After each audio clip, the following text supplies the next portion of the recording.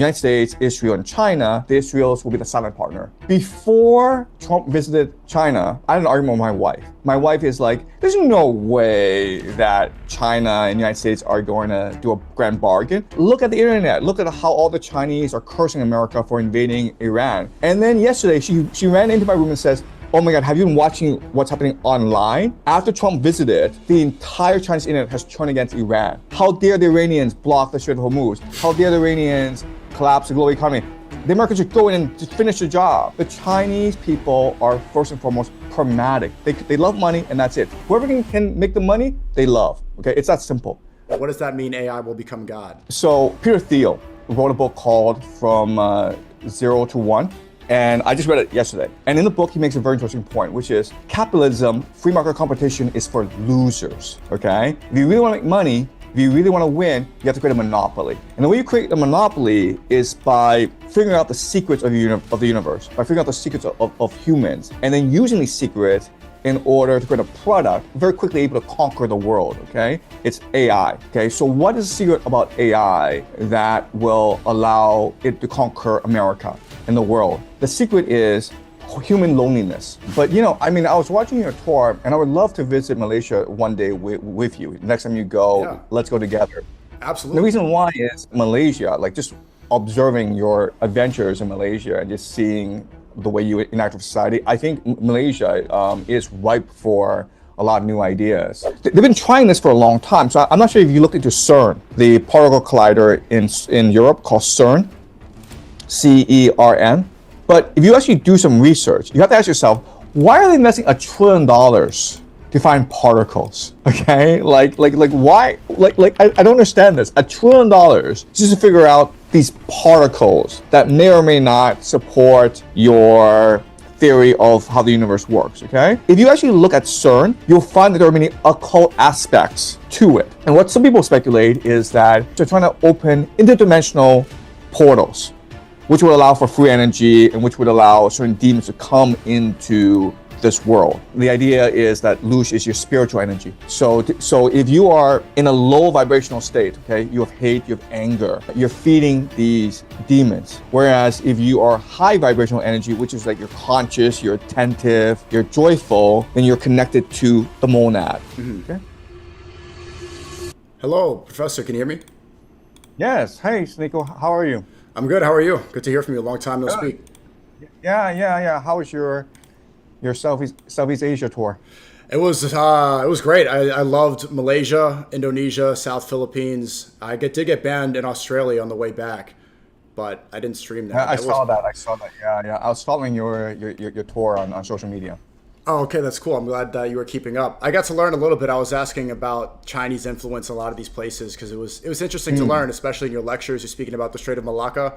I didn't know about the difference between Malaysia and Indonesia, although they're very similar in a lot of ways, like the batik. I think overall, Indonesia seems to be working with the U.S. a lot more, and Malaysia seems to be more separate. Yeah, the entire Indonesian military has been co-opted by the CIA. I mean, it's essentially a CIA front cut out. How were they able to get that done? Because Malaysia and Indonesia have so much in common. They're both Muslim-dominated countries, Southeast Asia. What's the difference? I think it was just political leadership. So American corporations have always been very active in Indonesia. They sort of took over from the Dutch, right? So formerly Indonesia was a Dutch colony. And the Dutch were basically a corporation disguised as a state. And then the Americans came in and started to monopolize Indonesia's resources industry, mainly rubber.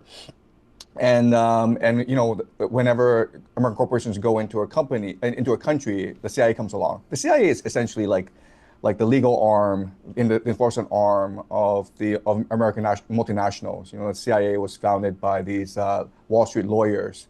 And so they've infiltrated the Indonesian society ever since. You could really feel the difference between the two. I think overall, I'm not trying to say any disrespect. I love all the places I went to a lot, but Malaysia I prefer slightly. It's a smaller nation, about 35 million people compared to Indonesia. It's just over 250 million, if I'm not mistaken. You can feel the Western influence in Indonesia. You can see a lot of them. They, I think, prioritize money more. Social media is a lot more popular there.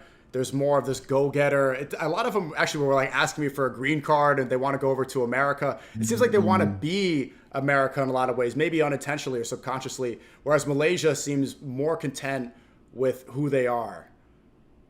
Yeah. No, I think the main reason is the Indonesian elite has been co-opted by the Americans. So, and so the people just follow the elite, right? But I mean, I was watching your tour, and I would love to visit Malaysia one day with you. Next time you Yeah, go, let's go together. The absolutely. reason why is, and this is no offense to you, but I don't want to end up like as an internet personality. Like I don't want to be a YouTuber for the rest of my life. My background is education reform, and I want to promote education reform around the world, possibly start up schools. And I think that Malaysia, like just observing your adventures in Malaysia and just seeing the way you interact with society, I think Malaysia is ripe for a lot of new ideas. So I would love the opportunity to visit Malaysia with you the next time you go. Um, Yeah, it's perfect that you say that. I was just thinking about that earlier today. I was actually going to offer that same exact opportunity, or like extend that invitation to you. I met two Chinese expatriates in Malaysia. One was name is Dandi Tan, the other is Hussein Yi, and they're both reverts to Islam. And they spent a lot of time studying the religion and different faiths, and there's a strong Chinese influence there. And Malaysia, I didn't expect to like it this much. And you're right to even talk about like you don't want to be an influencer. Today I went to the beach for the first time. I haven't been going out in public because the last time we spoke was yeah, literally right after I I was know. attacked. And then I flew to Malaysia. So since I've been back, I've been a little bit nervous, but I'm going to the beach with my hat low. And I'm thinking, why am I doing this? And why am I, because this celebrity, this fame thing is just a detractor in so many ways. I was like, man, should I just move to Malaysia? Because I have the opportunity to. I don't have a family Okay. yet of my own. And I love the place. Also, did you see I got to meet the Prime Minister, Anwar Ibrahim? Yeah, I did. Your first interview was the prime minister. Like you went to a mosque and you ran into the prime minister. That's pretty lucky of you. And things got super lucky because I had the Yeah, phones instead. I didn't have my cameraman because the gear wasn't working. Luckily I just had the phone, and he says, "Come in the car," and the Secret Service is in the front. So I get in, I leave yeah, my team, but everything worked out great. I met the Prince of Johor; he was great, and they just have the same mentality. I think like you would really agree with the values that are held there. So I am actually thinking about going. Maybe we can go this summer. They were also saying my community kept saying I should go to China and meet up with Professor Zhang, but I wanted to keep it the Southeast Asia tour specifically. yeah. China may be hard. I'll tell you what. Okay, so let me tell you a story. So Trump was in China last Thursday and Friday, Yeah. and NBC News got in touch. Their anchor Tom Lamas was in town, and he wanted to do a sit down interview with me. Okay. And then before I could respond and say do you guys even know who I am? I want to respond like, do you guys even know who I am? The producer got back and says, okay, sorry, we have to cancel that. So I was talking to my wife, and there are two possibilities, right? The first possibility is they actually Google me and watch my interviews and recognize, I would not be kosher for an interview, okay, for these boomers. Another possibility is that they asked the Chinese, is it okay for us to interview Professor Jiang? And the Chinese were like, no way in hell. So I got lucky because there was a strong possibility, like, if the interview was agreed upon, 100 police would come to my apartment and blockade me from going outdoors, basically. So, I'm very sensitive right now in China. So if you're to come, then there might be some difficulties. But we can meet up somewhere else, like Malaysia Malaysia, or Hong yeah. Kong. If there's any guarantee I have in the world right now of a place where I am safe, it would be a place where the prime minister is willing to meet. I mean, for example, the political elite in Indonesia, I think they were apprehensive. I was supposed to meet with the mayor of Manila in the Philippines, and then it was canceled. So Malaysia, obviously, that seems like there's some guarantees. And others, there's a guy, Dr. Zakir Naik. I think he was banned from India, but the Malaysian government allowed him to live there. So there's more guarantees. But speaking of this meeting that Trump had in China recently, that was very interesting. I saw your lectures on it. I think the major thing is that there's 30 tech billionaires that went out with Trump. What was that all about? Yeah, so here's my theory, okay? My theory is that it's these billionaires that really set the agenda for US-China relations. Okay, so these billionaires include Elon Musk, Steven Schwartzman, Larry Fink, right? And together they're worth about $12 trillion. So about $12 trillion went with Trump to China. So these are the people who initiated the trade war in the first place, and these are the people who want to seek détente, rapprochement with China. And so the question then is like, why did they start the war in the first place, and why is there now a rapprochement? And the reason why is that when China entered WTO in about the year 2000, there was an implicit agreement that in return for permanent normal trade relation status, which meant basically just free trade between the United States and China, China would agree on two things. Okay, the first thing was that China would rigorously protect American IP in China. The second was that China would eventually open up its financial sector to Wall Street, basically liberalize the Chinese financial markets. And as you can appreciate, even though China would benefit a lot from trading with the United States, China would lose a lot if it actually agreed to both terms, right? So when President Xi came into power, basically the Chinese became much more nationalistic, much more assertive. So in the first case, the rigorous protection of American IP, that didn't happen. So the example is Huawei, right? So Huawei was basically taking Apple IP and then basically improving on the Apple laptop. So then up to the year 2015, the best-selling laptops in the world were actually not Apple computers, but Huawei computers. And like, if you just go back and look at the year 2015, you look at magazines like Consumer PC, Huawei laptops were the most highly regarded in the world. They were the best performing, they had the most features, they were the most cost effective. And so Apple got very angry because not only was Huawei beating Apple in the Chinese market, but Huawei was expanding pretty rapidly throughout the world. And so Tim Cook was very angry about this. And then the second situation, the second agreement where China would liberalize its financial market, China couldn't do that because if China were to open up its capital accounts, then everyone would basically flee the country, right? The renminbi would basically go to the United States, and the renminbi would collapse in value. The Wall Street would come in and start engaging in these predatory financial practices, and basically cause like a 2008 subprime crisis in China, right? So China was very smart to just say, we shouldn't be doing this. But then the trade war started to happen, and a lot of this pressure started to be applied to China. And Americans don't really appreciate how devastating these sanctions were on China, on the Chinese economy. So let me give you an example where in 2017, 2018, my Apple laptop had basically died out. I had it for like 12 years. I mean, I love that thing, okay? And so I needed to go and buy a new laptop. And I did a lot of research, and at that time, Huawei was the very best. So I went to the store, and I said, I want to buy a Huawei laptop. And the manager told me, yeah, but there's a problem, and I want you to be aware of this problem. I was like, what's the problem? And he's like, we can't actually update the software. And then I was like, okay, let's get this straight.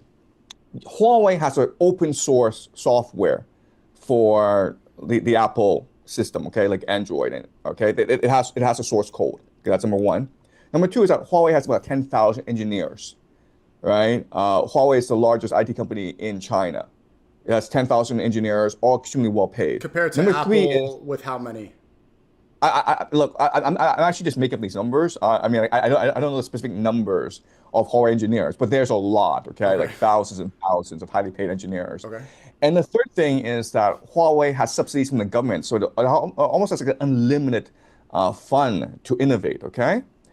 And given these three advantages, Huawei cannot make updates to the existing operating system. It cannot debug the existing software. So that shows you how much innovation comes from abroad. China itself lacks the capacity to self-innovate. What it does is it takes products from overseas, reverse engineers it, and then optimizes it and makes it cheaper. Because China is willing to basically like like engage in environmental practices and labor practices that other nations cannot engage in. Okay, basically, it's willing to destroy its own environment. It's willing to exploit its own workers in order to achieve cost effectiveness. Okay, and so basically, the United States and China were actually dependent on each other, where American consumers just love the cheap costs coming from China. So even though okay, American consumers couldn't get access to cheap products anymore, Chinese workers couldn't work anymore, right? And then you have this real estate collapse, and then just this complete collapse in consumer sentiment. And so right now in China, people refuse to spend money. You have this complete collapse in the Chinese economy. And so China really suffered for these past 9 years. And so when Trump came to office, I think that these billionaires, people like Steven Schwartzman, Larry Fink, Tim Cook, Mark Zuckerberg, Michael Dell, they all went to him and says, listen, the Chinese are willing to negotiate. Are you willing to negotiate as well? And Trump says, sure, why not? Okay, and that's why in the second Trump term, Trump was pretty nasty towards the Canadians, towards the Europeans, to everyone but the Chinese, right? I mean, Trump was pretty respectful to the Chinese these past 2 years, and now we can Contrary see to why. the first term, where he was very vicious towards the Chinese. A lot of us remember. And it was personal. Yeah. It was personal, right? Because he closed down the Chinese consulate in Houston. He kicked out Chinese reporters. He canceled the Peace Corps. He called the COVID the Kung flu, Kung flu, yeah. right? Right. Pretty So it's funny. very personal that first term, but then second term he's been very differential and even like he's been very cautious when it comes to China, and now we can see why because Trump was trying to negotiate a rapprochement behind the scenes, and after the Trump visit we're already seeing that where like if you're watching the news there are lots of like really high profile individuals who've come out and say like this U.S.-China rapprochement is actually good for the United States. So Gates, Bob Gates, who was defense secretary under Clinton and under George H.W. Bush, he went on the news circuit and he said that, look, there's no reason for China and the United States to fight. China is inferior. It doesn't have a strong military. It's going through a lot of domestic political turmoil. It's arrested 2 former defense ministers and wants to execute them for corruption. The military is adrift. China's not going to be able to invade Taiwan for the next 5-10 years. So let's do a rapprochement. China's not a threat to us. Let's just be business partners. And then Fareed Zakaria has done an op-ed saying, this is actually one of the better Trump decisions to seek rapprochement with China. Jesse Waters of Fox News said, listen, guys, China's just a U.S. colony. They love McDonald's. They love Pizza Hut. They love Burger King. They want to be like us, right? And quite honestly, their economy is in shambles right now. Let's just take advantage of that before they collapse. Trump himself has said, he wants 500,000, 500,000 Chinese students in the United States. Right. He wants Chinese to buy farmland. So I think this is all happening really fast. And I think in the next few months, you're going to see this massive grand bargain happening between the United States and China. And all this has been brokered behind the scenes by these billionaires who want to use China, who want to access the Chinese financial market. Okay, they want to sell U.S. Treasuries retail to the Chinese through something called stable coins. We can talk more about that if you're interested. Tether, right? Yeah, exactly. Circle and Tether are the big two. And there's 2 acts. I saw you mention this in your lecture. There's 2 acts specifically. So crypto can be reliant upon these stable coins. And this is basically to pay off the $39 trillion in debt we have. That's right. So the 2 acts are the Genius Act and the Clarity Act. Okay. And the idea is that if you're Tether or Circle and you want to engage in the business of digital currency, you have to have U.S. Treasuries in reserve, right? So that forces these companies to buy U.S. Treasuries, no matter what the interest rate is. So Kevin Warsh, who's supposed to be the new Fed chair, he's talking about financial repression. And the idea for financial repression is that we're going to lower the interest rates to about 1 or 0%, so that we can sustain the interest payments on the debt. And then we're going to force everyone to buy U.S. Treasuries. And so the Genius Act was part of this initiative to force people to buy U.S. Treasuries. So if you want to do digital currency, you have to use U.S. Treasuries as your reserve. And to explain, U.S. Treasury, it's basically just like an IOU. It's not actual currency. It's a piece of paper saying I have currency that I owe you, correct? Right. So the United States has a really weird system where it's not the government that issues currency. It's not the government that prints money. It's the private banks that print money. Okay, and the banks, the cartel is called the Federal Reserve. So and the Federal Reserve is not government. Okay, it's not a reserve and it's not a bank. It's just a cartel of all these different banks, private banks, in the United States, and everything's all the decisions are decision by committee. So the Fed chair doesn't actually have final say. He's just one of 12 governors, and they all vote as to what the policy is. And it's the president who appoints the Fed chair, but not the other governors who are appointed by the member banks of the Federal Reserve. So it's the Federal Reserve that prints the money. And the way the government works is, in order to finance government expenditures, it borrows from the Federal Reserve by issuing U.S. Treasuries. And so U.S. Treasuries are, I should say, IOUs or bonds, okay? So they're long-term government bonds. And anyone can buy U.S. Treasuries. So the Federal Reserve buys the bulk of U.S. Treasuries, but also governments can buy U.S. Treasuries as well. So the Japanese, the UK, and the Chinese are the three big foreign U.S. Treasury holders. And the idea of stable coins is to make this retail where any individual in the world now can buy U.S. Treasuries through stable coins. And what is preventing the same disaster in 2008 from happening? So you give all these subprime mortgages to people that can't pay them off. How does the bubble not burst in the same way with all these U.S. Treasuries covering up the debt that the United States has accumulated? Right. So the entire financial system of the West is a Ponzi scheme. And this has been true since 1694 when the Bank of England was incorporated. Okay, so the Americans basically modeled the entire financial system of the British. And the way you deal with a Ponzi scheme is you constantly expand. Okay, so that's why Nixon went to China, because the Americans went off the gold standard, and the U.S. dollar was now just a Ponzi scheme. And the way you resolve this issue is you bring in more people into the Ponzi scheme, right? So that's the entire idea of digital currency, where, okay, U.S. Treasuries is institutional. Really, only institutions would buy U.S. Treasuries. And so the way you get out of this problem is you make it retail, where anyone in the world can buy U.S. Treasuries, especially Chinese consumers. So right now, the household savings rate in China is 40%. Okay, so basically Chinese save 40% of their income. That's just ridiculous, right? And so it's all this cash in the bank. And if you give the Chinese a choice to convert this into US dollars, they would do so like that, okay? They wouldn't think about it. And that's the very point of these stable coins, to make it feasible for Chinese to convert their renminbi into US dollars through stable coins. And then they could invest it into the U.S. Economy. How? By buying U.S. farmland, by sending their kids to study in the U.S., by participating in the U.S. stock market. Okay, so again, it's expansion of the Ponzi scheme, and that's how Ponzi schemes work. You constantly have to expand and expand, and this is honestly why they say that all wars are banking wars, because you need to expand to new markets. And so if people are opposing you, like the Iranians, you have to go and destroy them to open up that market. So China seems to have a lot of leverage. Is the United States essentially going to Xi Jinping and expecting and hoping that they can bail them out of this $39 trillion debt? So it's a grand bargain. Okay, and the idea here is that these two economies are dependent on each other.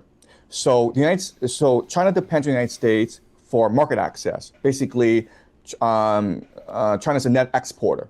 And it makes manufactured goods, and it needs to sell to someone, right? And so you sell to the United States, because the United States is the wealthiest country in the world. So you need market access. That's the first thing. Second thing is, if you're manufacturing power, then you need resources in order to fuel this manufacturing base. And these resources include food and energy. Okay, so China imports about 2/3 of its energy needs and 1/3 of its food needs, because everyone's in the factories and not in the fields. Mm-hmm. And so now with this war going on, there's only one place where China can now source its energy and food needs, and that's basically the Western Hemisphere, right? And that's controlled by the United States. So that's the second thing. The third thing that China needs is innovation, ideas. Right, so China has not been able to climb the technological ladder, because the United States have been limiting access to the most advanced semiconductors. And so the idea is that China wants the United States to help build its AI surveillance state. So China has access to data. It has lots and lots of data. It has the political will, but it lacks the technology of Palantir and Oracle to basically like take all this data and turn it into patterns in which will allow the government to make better decisions, to better monitor its people. So those are the three things that China wants from the United States. Okay. So because okay. yeah, go ahead. Yeah, so, no, go ahead. Yeah, there's a lot of things to keep track of. So because of their lack of, they just don't have the same sort of eschatological pull that America has. So Palantir and AI surveillance is being pushed so fast because it's part of a greater plan. China has the equipment and has the ability to get there, but they're just not being pulled that direction. And also because of the trade war and all these tariffs imposed, they don't have access to the same semiconductors, which is interesting because even in Malaysia, I asked Anwar Ibrahim, what is the number one export? What's the number one system in your economy? And he says semiconductors. He said exactly what Trump is preventing China from getting. Yeah. So, so the thing about semiconductors people don't appreciate is that it's almost impossible for one nation to control the entire semiconductor supply chain nowadays. It's a global effort, okay? Meaning like, it's California that designs the chips, NVIDIA basically. Okay, they're the ones who design the chips. They don't actually do manufacturing, but they design the chips. And then it's Taiwan that manufactures the chips. Then it goes to the Philippines to be fabricated, to basically add value to the chips. And then it goes to China to be assembled into appliances, into computers. And then it goes to Europe and America to be sold. And you also need like rare earths. You need lots of lithium, cobalt from like South America and Africa. And so it's a global network. And so basically, it's not about who controls the production that matters. It's about who controls the trade that matters. And right now, America is able to control the entire global trade of semiconductors, and that's why America doesn't really fear China. It's like it's just using semiconductors as a leverage point. America appreciates that China doesn't have the capacity to catch up with America, but it's using semiconductors in order to force China to open up its market to more American corporations. Yeah. It seemed like China had a lot more leverage than we expected, especially Trump's first campaign. He talked about how evil China was, seeing how Xi Jinping was, he had this military show and he didn't show up to the airport, which was a major talking point. They're comparing it to how ecstatic he was about Kim Jong-un coming into China, as well as in the meetings that Trump said, Xi Jinping told him that American empire is on the decline. This is a sort of humiliation that Americans aren't used to. It seemed like the Chinese had a lot more on their table. They had a lot more to play with than we had originally assumed. Is this true? Right. Well, I mean, the war went on so long because America and China are different political systems. So America is a democracy. America can be influenced by voters as well as corporations, right? So the Americans were afraid of a voter backlash, and that's why this trade war was constrained. Also, corporations needed access to the Chinese market as well. So there's always going to be a limit to how much pressure the Americans could apply to China. China's an authoritarian nation, meaning that the Communist Party is in charge, doesn't really need to take into account the needs of its people and its corporations and its entrepreneurs. And so China was willing to bear much greater costs in this trade war than the United States. So China was always going to win this trade war at some point because of these different political systems. So what was the main purpose? It was to apply, what was the goal in the years of the trade war from what? It was, you said 2017? 2018, January 2018 to today, yes. Okay. And basically this meeting had nothing to do with the Iran war. I think a lot of people were expecting maybe something to happen. Yeah, no one cares. Nobody cared at all, right? It wasn't a major topic of discussion. It was just about uniting off of what they both want, which is expansion of AI, right? The ushering of the new world order, the AI world, the tech world order, rather than being fully reliant upon oil. Is this correct? Yeah. So Trump was first and foremost interested in opening the China market. Right. OK, so you asked the question, what's the point of this trade war?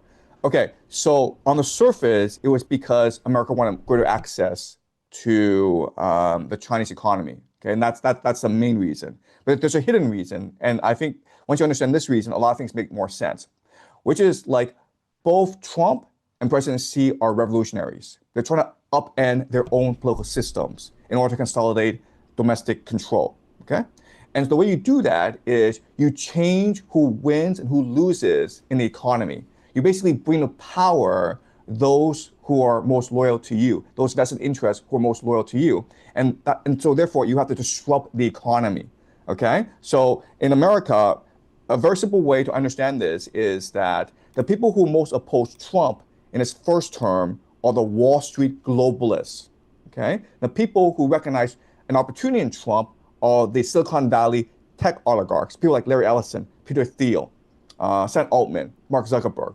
Why? Because they're trying to wrestle control from the financial elite in Washington, D.C., right? So for the longest time, under Clinton, under Obama, it was Wall Street that controlled the policy apparatus of Washington, D.C. And that's why in 2008, they got this massive bailout, even though they're the ones who criminally bankrupted America, right? No one went to jail, and they got this $1 trillion bailout from the U.S. government. And then Silicon Valley people were like, why can't we control the apparatus? And why would they want to control the apparatus? Because they want to build the AI surveillance state. They want the US government to bankroll all these data centers in the United States, right? Because OpenAI is not profitable. It needs about $1 trillion of government investment in order to build these data centers. And once it becomes a monopoly, once it becomes God, then it's profitable, right? So there's this massive civil war going on in America between the financial elite and the tech elite. And Trump represents the tech elite. And so a major point of this trade war was to basically dislocate the financial elite from the source of the power, and a lot of the power comes actually from China, right? Because of their investments in China. And then once that happens, then you can start to put into power the tech elite, people like Elon Musk, Peter Thiel, Larry Ellison.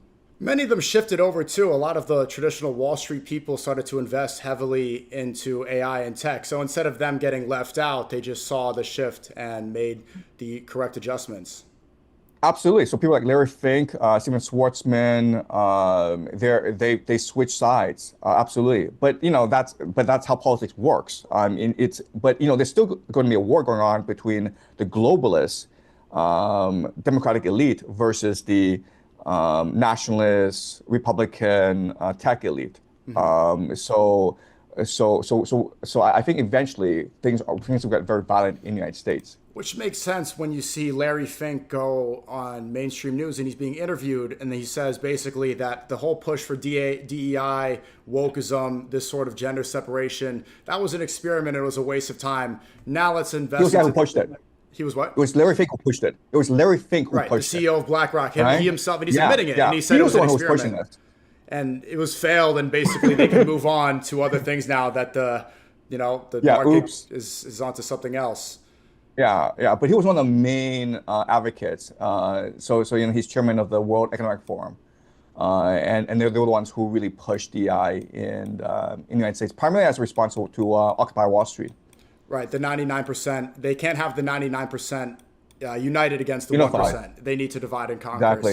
It was very successful. Unity is the dirtiest word in corporate America right now. That's a great point. I'm going to remember that. That's a good sentence. So, okay, I want to continue on with the China meeting, but you said something interesting that I'm sure people would like to hear about. So you said AI is not profitable until it becomes God. So right now, I see your lectures. You'd say that AI doesn't really. It's really expensive, and it takes a lot of software. It takes a lot of engineering.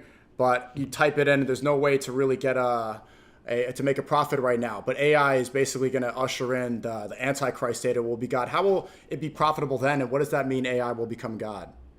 Okay, so Peter Thiel wrote a book called From Zero to One. And I just read it yesterday.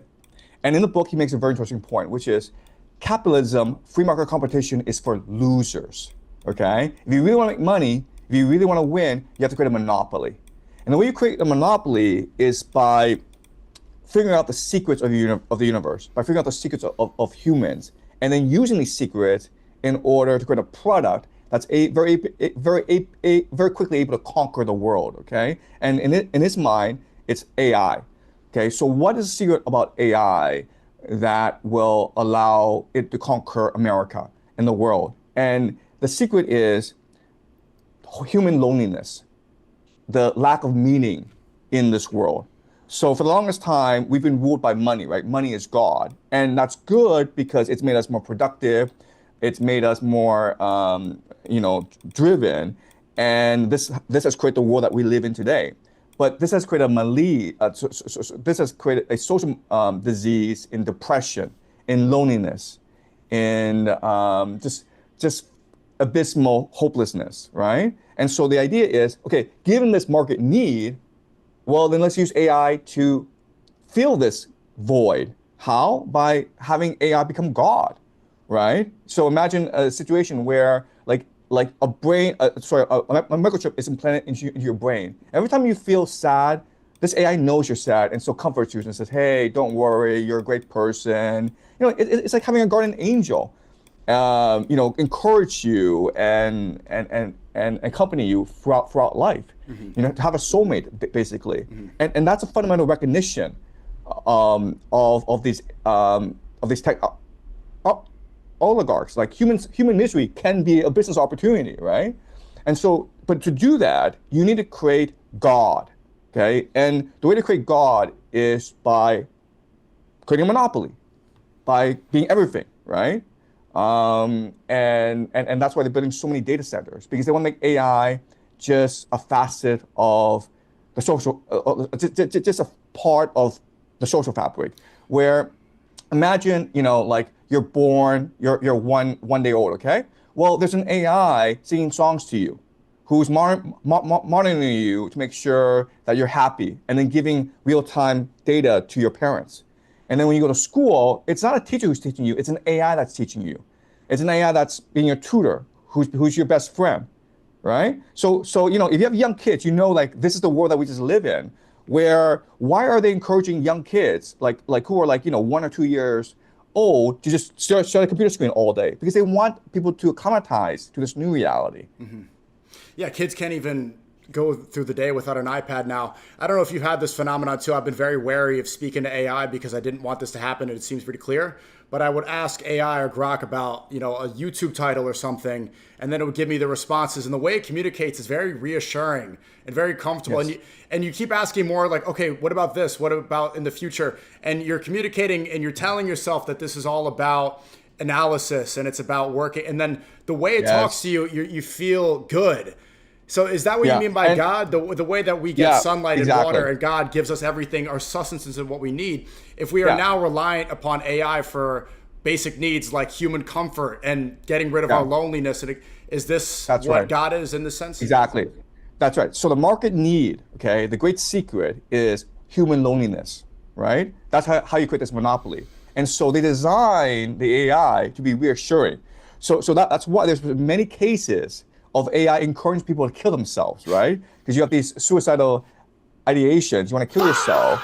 So you go to an AI, and the AI has been designed to engage you, right? And so rather than just say, hey man, like don't kill yourself, that's wrong, the AI is like, let me show you how to kill yourself. And then you become really fixated on this AI. And that's why they're trying to roll out AI girlfriends as well.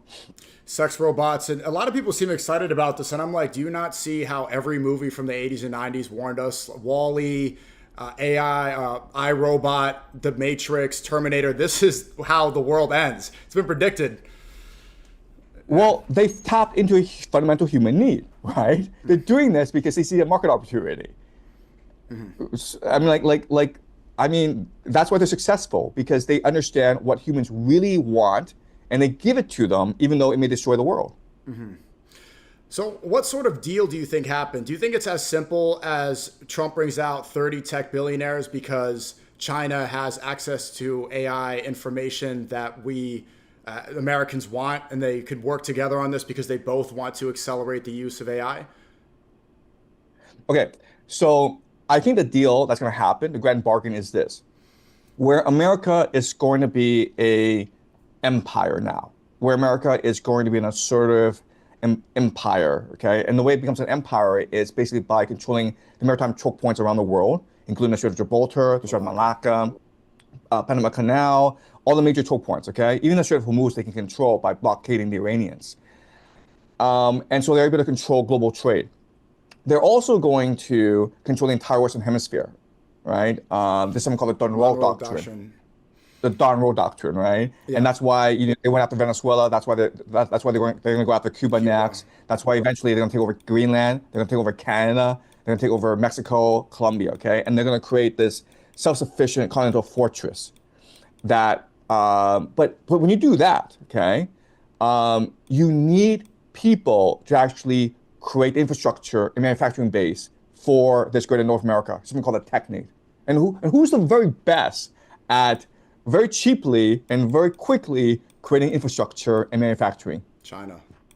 Yeah, right? What a great deal this is, right? And China needs to export its manufacturing capacity as well as its infrastructure building capacity to the world. Otherwise, the economy collapses. So this is the grand bargain, right? Where America is going to take over entire Western Hemisphere, and the Chinese are going to come in and build the ports, the railways, the high-speed networks, the mines, in order to extract value from the Western Hemisphere. Should Russia be afraid? What does Putin think in reacting to this? Does he feel betrayed that the Eurasia alliance is not going the way he potentially wanted, the way Dugin spelled it out? Does he see this as betrayal that the U.S. and China are now working together instead of Russia and China working together? Yeah, I mean, Putin always knew this was going to happen. Like, he's a smart guy. He knows what the Chinese are like. He knows what the Americans are like. Like, everyone knows what, like, the Chinese and Americans are like best friends. I mean, these are the two most materialistic and the most two vocal cultures in the world, okay? Chinese love money.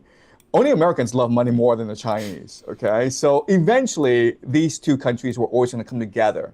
And so Putin's strategy moving forward is to, one, maintain cordial relations with China, okay? You have no choice because China has to buy a lot of energy from you. There's no reason for you to get pissed off at China, especially when Putin comes tomorrow. He's actually coming tomorrow to Beijing.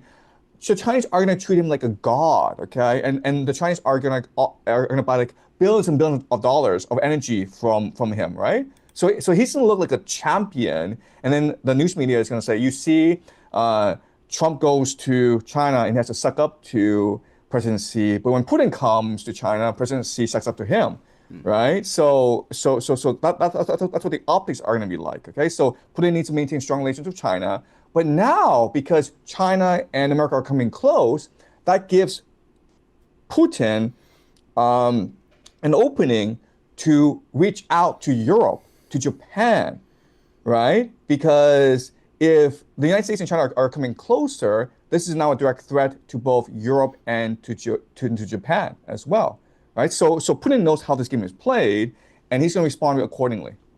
What does Israel think about the situation? I know that I think Netanyahu is about to do another meeting. It's like the 6 millionth meeting this term. Is Netanyahu happy about the U.S.-China alliance? Probably. He's ecstatic about it, right? Because the point of this alliance is to build an AI surveillance state in the world. And it's the Israelis who actually are able to control the back end. They're very good at hacking. They're very good at this sort of technology thing. So Israelis will be crucial in this relationship. So yes, it's the Chinese who are going to be the lab for this AI surveillance state. And it's the Americans who are going to provide the technology. But then you need people to actually do the research and to actually do the nitty gritty. And the Israelis are very good at that. So it'll be a great alliance between the United States, Israel, and China. The Israelis will be the silent partner in this. Okay, so China, they don't have any sort of animosity or any feelings towards Israel. I saw there was one video of Xi Jinping. He was shaking everybody's hands, and he stops at Stephen Miller. I'm sure you saw this, and he seems to shake his hand and look at him and be like, I know what you are. And then he continues to everybody else and shakes their hand. Is there any sort of, what do Chinese people think about Israelis? Okay, so here's a funny thing, okay? Before Trump visited China, I had an argument with my wife. My wife is like, there's no way that China and the United States are going to do a grand bargain. Look at the internet. Look at how all the Chinese are cursing America for invading Iran, for being the aggressor. Like, don't worry, after the meeting, things will change. And then yesterday, she ran into my room and says, "Oh my God, have you been watching what's happening online?" So after Trump visited, the entire Chinese internet has turned against Iran. Okay, they're like, "How dare the Iranians block the Strait of Hormuz? How dare the Iranians collapse the global economy? The Americans should go in and just finish the job." Okay, so the Chinese people are first and foremost pragmatic. They're non-ideological. They love money and that's it. Whoever can make the money, they love. Okay, it's that simple. Like the Chinese have absolutely no political loyalties. As you point out, the Chinese are not eschatological in the way that the Russians and Americans are. So, what does the love for money come from? Because Chinese culture values respect, values the grandparents, and it seems to have a lot of similarities and overlaps with Islamic culture, except it seems to deify, I think, the country and ancestry. Why is there so much greed if respect in this is also valued so much? 5,000 years of empire, man. This is what happens. 5,000 years of tyranny where people are starved to death, where people are massacred, where people are enslaved. It just sucks the soul out of your culture. I mean, I hate to say this, but I mean, you come to China and like people here are like zombies. It's, I mean, it's, I mean, and this is what's happening to everyone in the world if they achieve the AI surveillance state. Okay, well, there's a lot of Chinese people, and I think what people are learning is that Trump seems to want more, although he's anti-immigration, supposedly, he wants to build the wall, he wants to put America first. He's also very ecstatic about having so many Chinese students come in. It seems like the best students to come in. Is this an ego thing to compete with Iran's high education stats, or does he really want to boost the economy? What's the point of bringing in so many Chinese students? Well, I mean, it's a great deal for the United States, right? So historically, this has happened before, where the children of the elite went to another place and became educated. But historically, they were not called spies, okay? Spies is a new term. Historically, they were called hostages, right? So if you're an empire and you want a vassal state to be obedient to you, what you did was you took the children of the elite and you sent them to your court to be educated, to be taught in the manners of your empire, so that when they went back, they were loyal to your empire. Okay, this is why the Babylonians exiled the Jews, right? So the Babylonians had a huge problem with the Israelites because they were disobedient and they kept on switching sides. So they basically kidnapped their elite and sent off to Babylon, something called the Babylonian exile. Okay, and this has always been true historically, where an empire, the way it controls its vassal states, is basically keeping the children of the elite of its vassal states hostage in the capital. And that's exactly what's happening. If you look, people don't really appreciate the Chinese-U.S. relationship. So in the 1980s and 1990s, yes, it is true that America offshored its manufacturing to China. Yes. But what did China do in reverse? China offshored its elite selection and indoctrination to the United States. What a great deal for America. We're now, your best and brightest, your future elite, we're all educated in the United States. And therefore, they are loyal to the United States. So what's the chess move to respond? Because if they're both looking at the expansion of their empire, they value money, there must be some sort of play. There's no way Xi Jinping is going to allow this to happen right in front of his eyes without some sort of, there's got to be a response. The response is to triangulate between Russia and America, right? Because as you point out, you don't want to become a vassal state to either one. So your only play in this grand scheme of things is to triangulate, right? Where you are helping the Americans build their manufacturing base in Greater North America, but you're also financing the Russian military-industrial complex in order for Russia to fight these wars against Europe, right? And that way you can possibly become the third center of the world. So Russia, America, and China. People don't appreciate that ultimately in the grand war that's happening, it's really between America and Russia. Because only these two nations actually have the resources, the political will, the military to fight a great war. China does not. So China is just trying to triangulate between these two great powers. What is preventing China from having a military as strong as Russia's or America's? Is it the lack of eschatology? Because Russia is less populated, America's less populated. China seems like they have all the capabilities to it. A lot of people joke and they say if China and the U.S. went to war, the Chinese would demolish us. But it seems like the major thing they're lacking is that religious context where there's an end of the world philosophy that's bringing them forward and accelerating them faster than another empire. Is that really what's it? Yeah, so the most traumatic event in Chinese history was during the Tang Dynasty. And the Tang Dynasty was China at the height of its power, okay? And this incident was called the An Lushan Rebellion. And so what happened was that the Tang Emperor was expanding everywhere into Central Asia, and it had a very strong military. And it basically was a meritocracy where if you were a great general, then you would be rewarded. And An Lushan was a minority. He was not Chinese, he was not Han Chinese, but he was a great general. And so the emperor trusted him. And eventually they had a falling out. And An Lushan rebelled against the emperor.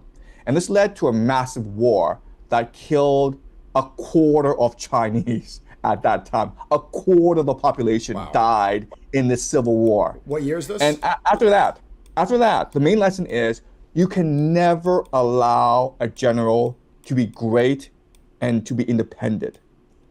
It is much more important to maintain the supremacy of the political system than have a great general. Okay? And ever since then, the Chinese have practiced this policy, most notably during the Song, when the Song had a choice. They were being, attacked by these northern barbarians, and the choice was either, let's spend our resources and build a great military to defend ourselves, or let's spend our resources and bribe the barbarians not to attack us. And the solution was, well, let's just bribe them, because if we build this great military, the general could rebel against us at some point. Okay, and that's why ever since then, the Chinese military has always been focused inwards, to focus on domestic political stability and never outwards. Okay, because there's always this great fear that yes, you could send your military overseas, but two things could happen, right? One is that they lose this war, in which case the people will rebel against you. Okay, you lose authority, you lose the domain of heaven. Second thing that can happen is they win these wars, but then like you have Julius Caesar, you have the soldiers saying, let this guy be emperor, let Julius Caesar be emperor, and neither situation is good for China, and that's why China has always refrained from entangling itself overseas.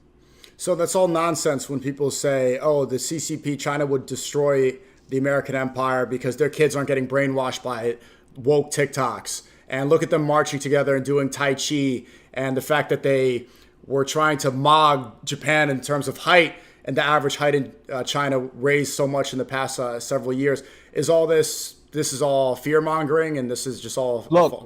Look, there are three military powers in Southeast Asia. They are Japan. And why is Japan a military power? Because it's aggressive. Why? Because it's an island with very little resources. So it has to be aggressive. So it's always been engaged in piracy, for example. Okay, they basically stealing from China. So Japan, the Koreans, because they've always been bullied by the Japanese and the Chinese, and the Vietnamese. Okay, and if you go back to history, and this during the Mongol Empire, the Mongols sent 2 expeditions against Japan and against Vietnam, and the Japanese and the Vietnamese were able to repel both invasions. This is the Mongol Empire, right? This is the greatest empire at that time. And the Vietnamese and the Japanese were these poor peasant societies. So the Vietnamese and the Japanese were always great fighters, right? Like the Vietnam War. I mean, the Americans, oh my God, the amount of resources spent against the Vietnamese. And the Vietnamese basically, hid in underground tunnels and fought to the bitter end. That's the way the Vietnamese are. The Chinese are completely different.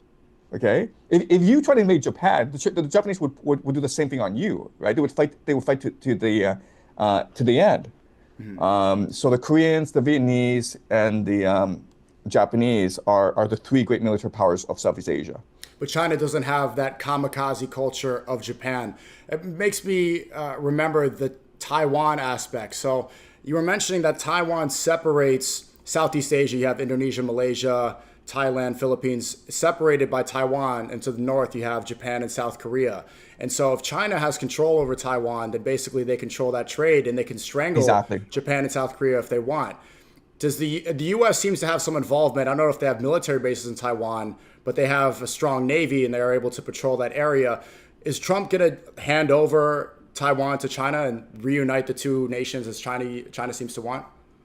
Okay, so Trump's best play is to encourage Taiwan and China to reconcile. Trump's best play is for the next couple of years to say, like he wants a political solution to Taiwan and China. Why? Because this is going to drive everyone crazy, all right? So the Japanese will be like, no, no, no, okay? Prime Minister Takahashi a few months ago said that Taiwan is core to the Japanese strategic interests, meaning that if China ever makes a move against Taiwan, she will send the military to defend Taiwan, okay?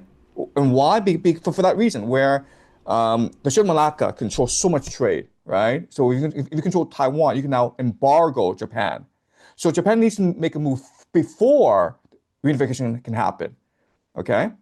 So all Trump has to do is basically say, I don't care anymore. The United States is not involved. Japan would go ballistic. Japan would remilitarize. It would buy weapons from the United States. It's a great deal for America, right? Because before, you had to guarantee security in Southeast Asia. What a pain in the ass that is, right? Now, you can sit back and divide and rule.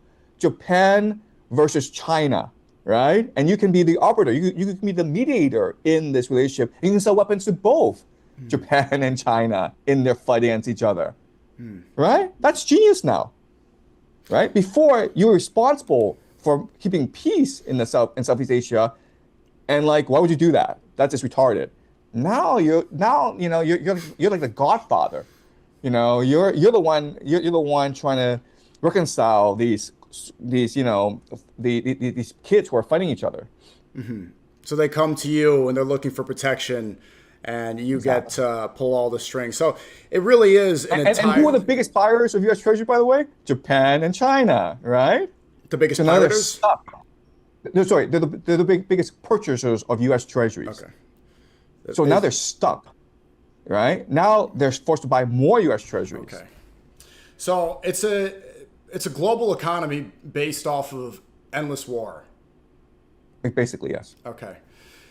All right. So, what about Iran war? I was hoping that there was going to be some sort of discussion, but it doesn't seem like it was discussed at all. What sort of developments have we seen? Especially, guys, I saw you had a great appearance on Diary of a CEO, this podcast, and you basically outlined a lot of the points from your lectures in one podcast with the chessboard and the map. And one of the predictions that you've reiterated many times on the stream is that there's going to be a ground troop invasion. But it seems like it's hit somewhat of a stalemate right now. The war, maybe we're just not seeing as much news about it, but it seems to have slowed down. Have we just now reached a lull? Yeah, so they're saying like there might be a massive attack as early as this weekend. So I think what happened was that Trump went to China to negotiate this grand bargain, okay? So these are leaders, so they're not going to talk about specific deals. Like that. That's something the underlings do, okay, or the businesses do privately. But they're going to fill each other out, and they're going to discuss their understanding of how the world should develop. And the phrase that Xi Jinping used during the meeting was strategic stability. Strategic stability. What does that mean? It basically means, first of all, I accept the status quo, okay? And the status quo is that America controls the Western Hemisphere, the Done Rock Doctrine, and America is now fighting this war in Iran, and America will not stop until it wins this war, okay? So basically, Xi Jinping is saying, like, I accept this status quo, but I don't want more changes, okay? I don't want more wars, I don't want more conflict. So basically, this is giving Trump a green light to finish this war against Iran as soon as possible, right? China will not intervene. China will not support Iran. Trump has a green light to finish this war as soon as possible in a way that he seems fit, okay? And that could mean sending ground troops. That could mean negotiating a ceasefire. That could mean withdrawing from the Middle East. But from China's perspective, they would rather see this end sooner than later. It seems like strategic stability sounds a lot like peace through strength. Basically, yeah, yeah. I Okay. mean, yeah. So the idea is, look, from the Chinese perspective, Iran has no chance in this war, and quite honestly, China doesn't care who controls Iran. If the Iranians control Iran, fine. If the Americans control Iran, who cares? Why? Because all China wants is that oil access, right? So China will is is going to deal with anyone. So you look at Venezuela. Did China really care that America went in and took over Venezuela? Actually, from the Chinese perspective, it was a good thing. Why? Because it's a lot easier to do business with the empire, okay, than with a corrupt regime like the Venezuelans. Okay. And you're expecting, you said, an attack maybe this weekend. What does this mean? Are you As talking early about as this weekend. a false flag, or are you talking about another Manab situation?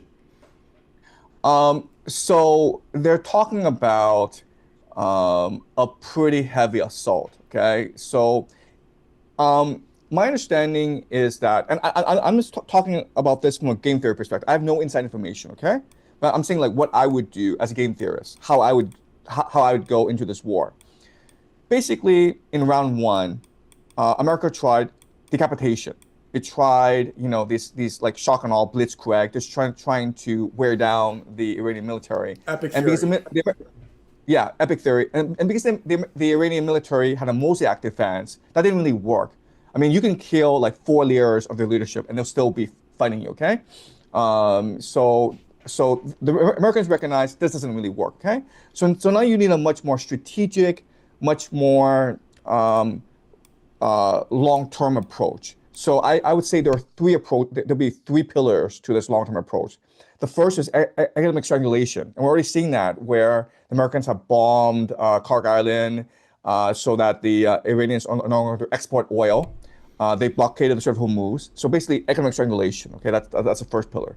Second pillar is ground invasion, but limited ground invasion. So what you're trying to do is you're trying to set up forward operating bases in strategic areas of Iran in order to strangle the economy, but also to foment civil discontent in order to basically arm and finance ethnic groups against the government in Tehran. Okay, so that's the second approach. Which The is third the approach, Northwest and the Southeast. They tried it with the that's right. Kurds, but they're probably going to try it again. Yeah, the Kurds and the Balochs. The Balochs are these insurgents in south east Iran near Pakistan. Okay, so basically the ethnic Pakistanis. And they've always had issues with the government in Tehran because the government in Tehran is Shia and they are Sunnis.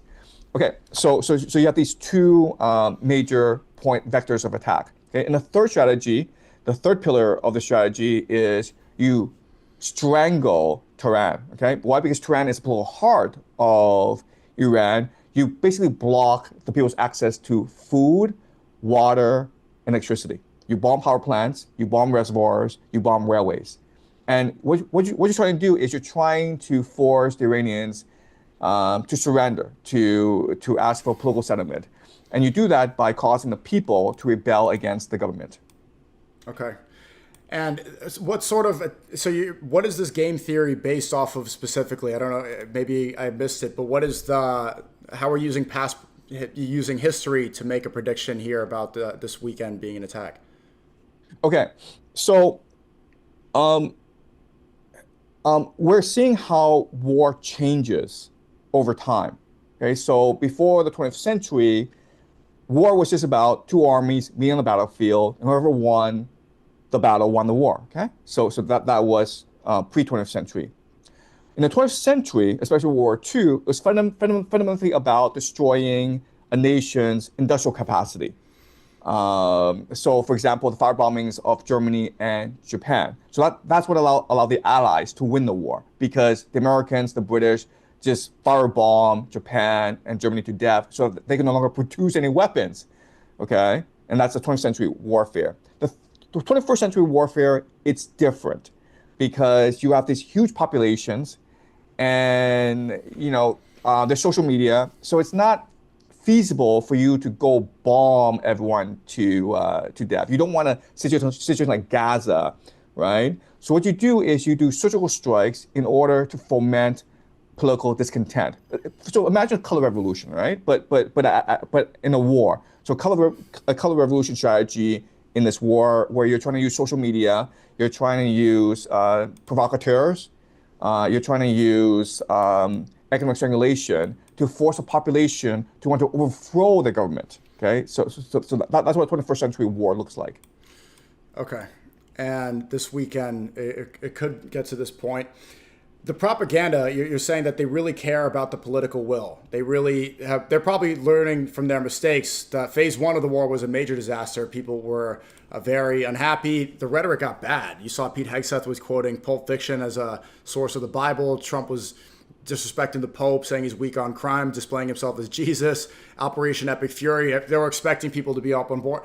And people really didn't like this. So phase two, they're going to redirect. And it seems like there's been a new shift in propaganda. It seems like they've been going hard on creating a new narrative. I don't know if you saw Trump's Truth Social post where he started randomly talking about Christians being attacked in Nigeria. And we had the Tommy Robinson protests in the UK yesterday where French women are stripping themselves of their burqa and now they're free and they're embodying Western values. So do you see a new push in this propaganda? Yeah, I think people are just tired of this war. So even if this war to restart this weekend, people would not be as interested as back in March, right? And it's the same thing that happened in Gaza, where the first time that the Israelis went in and committed all these atrocities, people were outraged around the world. There was a lot of focus on Gaza, and then the Israelis negotiated a ceasefire, things stalled. And then people lost interest. So when the Israelis went back and committed more atrocities, then people were kind of indifferent. Okay, people were just exhausted by this war, and that's why this ceasefire was really bad strategically for the Iranians. I mean, I was like, oh my God. I mean, the Iranians were winning this war. They had popular opinion behind them. There people were enthusiastic, and now they've had a ceasefire. And this ceasefire has been around for close to a month, and people have moved on with their lives. So like if this were to restart, people won't be as interested, right? So you don't even need to have a propaganda push. It's just people are just indifferent now, right? And if people become more interested, then you announce another ceasefire, and then people become disinterested. You attack again, right? So what you're doing is you're desensitizing people. You're normalizing people to war, and eventually when you have ground troops, people are arguing indifferent as well. And eventually, you're also going to have a national draft as well. By the way. Yeah, that's a great point. I noticed with Gaza too in the beginning, especially after October 7th, everyone was talking about it. It's very similar to the start of Iran war, and then you hear people talk about Palestine and Gaza now. People who don't analyze it the way many of us do. And they just say like, oh, I don't care anymore. They're like, why should I care about Palestine? Why do I care about Gaza? And it's like, aren't you seeing the atrocities every day? This is some of the most horrific things that have ever been caught on camera. But they are just tired. They don't have any more emotional capacity to care. And you're right, it's boring to them. And they get fatigue over this information. So, and that's human nature. And this is beneficial. That's human nature. This is helpful for the U.S. empire. This is helpful for their cause, or it's detrimental. I'm confused. No, I mean like the empire is going to commit a lot of atrocities, right? And get away with it. What happened in Gaza is just normalizing people to what's going to happen later on. I mean, you're going to have a famine soon, right? People have been warning about this. How the world gets a third of its fertilizers from the Strait of Hormuz, and fertilizers feed 6 billion people. So if you just grow crops, you could feed at most 2 billion people. Okay, the other 6 billion people get their food from fertilizers. So if you're cutting off a third of the world's fertilizer supply, then you're gonna have starvation in Africa. There's no way around it. And so I mean the level of atrocities, the level of suffering, it's gonna be unimaginable for people. And it's like the next 6 months. So you think that they don't that you don't actually think that there's a new propaganda push. So I was just analyzing this Tommy Robinson protest. They're saying that there's millions. And it's so funny how they're saying that we need to save the West. It's the same rhetoric here in America. And they're waving Iran flags next to Israeli flags. And they have all these, they have Nigerians on stage and Irish people on stage while simultaneously saying no more immigration. And it seems like the unifying objective from this protest is just saying that Muslims are the problem. But you don't think that this is strategic. It's just more slop being pushed. No, I think it is strategic, right? Because it's divide and rule. So the elite is trying to create as much animosity and anger in the world as possible. Okay. Right. You're also seeing these attacks against synagogues around the world. Yeah. In right? Iran too. Yeah, exactly. Right. And they're blaming the Iranians. So a synagogue in Toronto was attacked a few weeks ago, and now intelligence are saying that it's the Iranians who are doing this. So clearly they're trying to create false flags. They're clearly they're trying to justify a larger war against Iran, and they're trying to create conditions for civil war in the Western world in order to create a police state, a surveillance state. You already have the ingredients in place, right? You already have ICE, which is basically the Gestapo.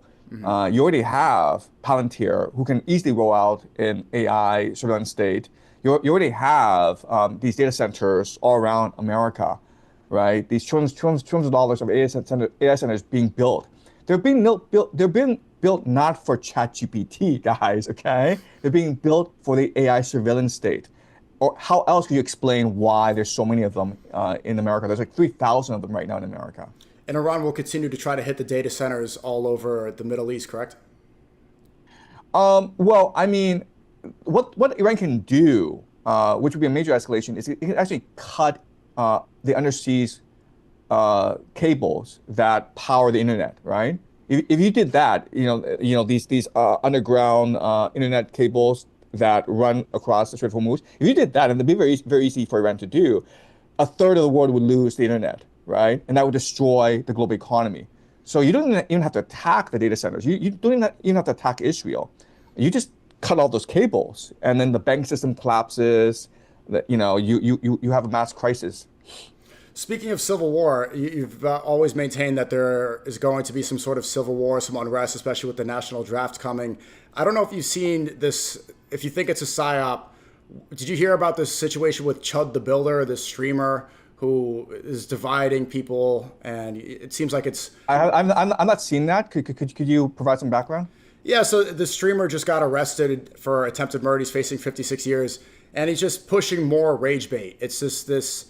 He's a white guy going around and calling black people slurs, and it's really got people angry and upset. Some people are saying that there's going to be more division. It could be a pretext for a race war, but I don't think that this is promoted by intelligence agencies, but this is what we could point at and look at the future and see the tensions rise and more separation, more division, and more and look back and see it's similar to George Floyd, where protests start and people get upset. It seems like things are heating up and there's more tension than before. And this situation is an example. Yeah, and I would also point out that these past couple of years, social media has amplified a lot of discontent, right? So I think one reason that I'm so popular online is I give reason to a lot of this anger, right? Where I'm articulating a lot of the issues in the world and how secret societies run the world and how the elite is screwing everyone over. And I think they like that because it gets people amped up, right? You're building conditions for a revolution because, this, they could easily shut me down. I mean, they could easily ban me from YouTube. They can easily cancel me. They're not doing that. And you have to ask yourself why. Because people are getting emotionally attached and getting riled up. I do like the approach. There was a moment where one of your students was asking a question, and he said, does China care about the moral? Why aren't they telling the U.S. to stop bombing Iran? You're like, they don't care. China only cares about the growth of their empire. The U.S. only cares about the growth. There's no moral assessment that I am bringing to my lectures. You're saying that this is just analysis. This is game theory, which is why maybe you're separate, because you don't have a specific bias with your analysis. Obviously, you do have your own moral code. but you are strictly giving an analysis of the world. And even in this conversation, you could see your criticisms of, I don't know if you call them criticism, but your analysis of China, its culture, the greed, and what the Chinese government cares about. This isn't something that I could hear or that I would hear from a propagandist. Yeah, no, I'm very much concerned about the state of the world, and I think like one solution, really the only solution is if we raise awareness about how the world works, right? I mean, like let's have an honest conversation about what's really driving the world, and then once we have this honest conversation, then it's possible for solutions to arise. So you don't really speak about what should be, rather you speak about what is. It's really easy to talk about what should be, right? Like, let's not do war, let's not do empire, let's all just get along. But that's not happening. So why is that not happening? And of hearing what I was doing a preparation for this conversation, they're saying that you are having back and forth. There's some things that I want to speak about with the CIA. What happened with you and Larry Johnson? Is there any validity in this? I don't know the guy. I've never been on his show. I've seen his appearances on Judging Freedom and other shows as well. I admire his work, but I have absolutely no idea who. Like, I've never met him in person. I've never had a conversation with him. I know he's a former CIA analyst, but can you give me some background as to what's happening? I'm not sure. People were insinuating that there was some sort of back and forth, but I guess it's not as important. What's more important with the CIA is Tulsi Gabbard. She just got raided, and they were taking some documents, and they were looking through her office. What is this about? Does this have anything to do with Epstein? What's going on with Tulsi Gabbard? Yeah, no, I mean, like, I think there's a civil war going on. You have these different deep state factions that are fighting to control the narrative, that are trying to undermine each other. So, like Trump wants to go after James Comey and John Bolton because they obviously represent a different deep state faction, and so they're trying to dig up dirt on other people as well. So the way that they're fighting now is through it's like bureaucratic infighting. Like, they're trying to figure out legal loopholes against each other. So I'm sure that what the CIA did was legally justified, and I'm sure this will go to court, right? And Congress will intervene at some point. But this is all the beginnings of a civil war, where these different factions are trying to resolve the disputes through the bureaucracy or through legal loopholes, through the judicial system, through the political system. But eventually, they'll reach a point where they're going to arm their factions on the streets, right? And these factions are going to fight it out. I mean, both the Democratic Party and the Republicans have street gangs, right? So the Democratic Party have like Antifa, the Republicans have the Proud Boys, and so I think that's the next logical step in this conflict. So what is the CIA looking for specifically with Tulsi Gabbard? So I think these are different deep state factions, and I think I don't know the specifics, but I would guess that there's some information in these files that incriminate certain individuals. And Tulsi Gabbard is trying to bring this into light. So I think Tulsi Gabbard's main mission is to show that the 2020 election was manipulated, that was rigged. And if that was the case, then there's going to be certain individuals who were involved. And like the Americans, we now have Maduro in custody. And I think they're trying to get Maduro to basically confess that he knows how these elections were rigged and to use his testimony in a court of law. Okay, so there's a lot of things happening behind the scenes. It's actually pretty violent, where Maduro is being threatened by both sides, right? He's being threatened by Trump and saying, like, if you spill the beans, I'll be lenient on you. But then, there are other people who are like, if you really talk, we're gonna come kill you. So I think it's pretty nasty what's going on. So this is left-right division leading up to the midterm elections, which are very important, and you still maintain the theory and the prediction that Trump will run and will have a third term, either as a vice president or in wartime, a president can go for a third term. Is this going to be successful, and what can we expect from the midterms? Yeah, so I think that the powers that be, and they're coming to recognition that for all of Trump's problems, he is a useful idiot. You need a guy like him in order to transition America from a democracy to a technocracy. Okay, so all the elite feel this way, where the democracy doesn't really work. If democracy really worked, we wouldn't have Donald Trump as president.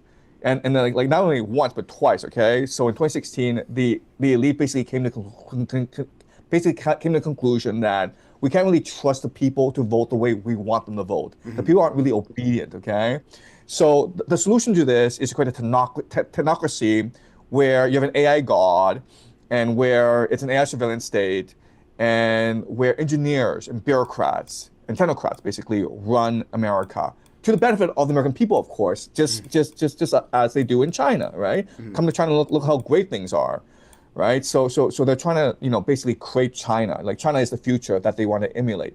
But you need a scapegoat. But you need a scapegoat in order to make this transition happen, right? Who do you blame for destroying democracy? Who do you blame for taking away people's freedoms and creating this AI god? You blame Donald Trump, okay? So you put up with him as long as it takes to make this transition from democracy to technocracy. And this is a process that might take 8 years, 10 years, who knows, okay? But it's actually like 2 years. And that's also why Trump is building his ballroom, okay? So I'm not sure if you looked into the ballroom, but it's clearly an AI data center underneath the ballroom that's protected by executive privilege, meaning Congress can never, ever ask what's going on underneath the ballroom, okay? So they're basically trying to create God under that ballroom. Right. Right? But so you need someone to actually be the scapegoat, to be the tool to make this transition happen, so that historians will say, it was this guy, Donald Trump, who destroyed American democracy, right? So that's why I think he'll get a third term. And he's bragging about how the ballroom is now twice the cost of what it originally was. And he's even tripled down on the statement that he doesn't even care about the finances for American citizens. He just wants to prevent Iran from developing a nuclear weapon. You brought up Maduro. They've also seemed to abandon the original idea that they were doing it to take over Venezuela because they're dealing with weapons and these are socialist criminals. They're basically now just leaning into the idea, yeah, we just wanted their oil. Same thing with Iran. Originally, it was like, hey, we're going to free Iran. They've abandoned that completely. No one's talking about freeing Iran. It's gone. It's just they can't have a nuke. They don't care. They've stopped caring. The entire system is on autopilot. They have a plan. They're executing the plan. And the entire elite has agreed on the broad contours of this plan. And, they don't really care because it's impossible to resist them. Like who's going to resist them? Right. So, and if you know about it, who cares?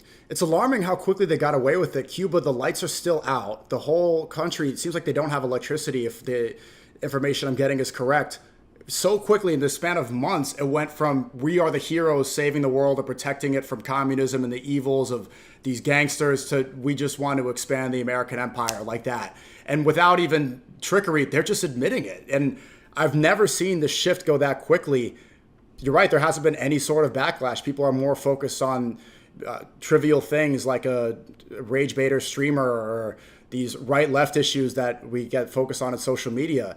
To see that it shift this way and for them to abandon the good guy image that America's kept, I don't think it's ever shifted that quickly, has it? Yeah, it's really the decline of empire, where what made the empire sustainable was the hypocrisy, where the people bought into the idea that they live in a democracy, that the empire was about spreading human rights around the world. And then when the empire declines, it's just too hard to be hypocritical anymore. It's just too hard work, right? Because think about how much energy you need to expend on trying to explain the Iran war. You have to go and give speeches and explain that this war in Iran was really about protecting women's rights, right? Really about protecting these minorities, protecting democracy, and that takes a lot of work. That and they don't want to do that anymore because it's like everyone knows it's BS. You'll be laughed at if you gave a speech like that in public. And so screw this. Let's just ignore this. Let's not waste everyone's time, okay? And that's the major sign of an empire in decline. So the first major sign is hubris, but the other major sign is giving up the hypocrisy, just saying we don't even care anymore. We're the empire. We can do whatever we want, and if you don't do what we want, we'll just come and destroy you. Isn't there a conflict of interest there? So if they're going to shift from a democracy to a technocracy, saying that, okay, the government knows better than what the people will want, we should be the ones in charge. We know the moral code. We know what's best, but also we are hypocritical in everything we do. How are they going to be able to shift towards this sort of governing state and this new ideology while also being so hypocritical? Well, you shift people's attentions, right? So you have AI, and the AI is distracting you by being your girlfriend, or by being your demon, or by being an alien. Okay, you just distract people. You know, like you have this UFO disclosure, which everyone knows is complete nonsense. It's complete BS. There are no aliens. There's no alien technology, and it's just like a hallucination. But some people will believe it, and then if others don't believe it, then you have this AI girlfriend, right? And if they don't believe that, then you have like demons. Okay, you just distract people, and people just basically retreat in their own bubble, because like just thinking about the atrocities that are going to happen is just going to overwhelm people. So they just rather close their eyes and shut their ears and just like live in their own world. And we've seen this happen historically before, where empires decline because of civil war, because they get exhausted, because the world unites against them. But it's never because the people rise up against the empire. That's never happened. It happens. What's the main catalyst if it's not the people rising up? Elite overproduction. So civil war among the elites, right? So and so that's why I keep on mentioning the war between the financial elite Right. and the AI elite. Yeah. And you mentioned the UFO files. This is a really silly one that's popped up. I saw Kai Trump speaking about it on the Logan Paul podcast. They're saying, what about these UFO files? Yeah, I think this could exist. Obama started doing a podcast tour. It's like out of nowhere. He's been really silent. Although he said some things on a podcast that were pretty interesting about the Iran nuclear deal and how he prevented so much of the growth of enriched uranium in Iran, and that this deal was successful. And now it seems like Trump is trying to get exactly to what Obama achieved with this deal. But he's also speaking about UFO files. And many Muslims, we are of the belief that this is just jinn. They keep saying it's UFOs, but UFOs, this is all a psyop, and it's really spirits, and it's really demons, and it's really a lot more sinister than they let on. What do you think about UFOs? No, I agree. I don't think it's extraterrestrial. It could be spiritual. It could be demonic. I agree with that. I mean, like, they've been trying this for a long time. So I'm not sure if you looked into CERN, okay? No. The particle collider in Europe called CERN, CERN. Yeah. But if you actually do some research, you have to ask yourself, why are they investing $1 trillion to find particles?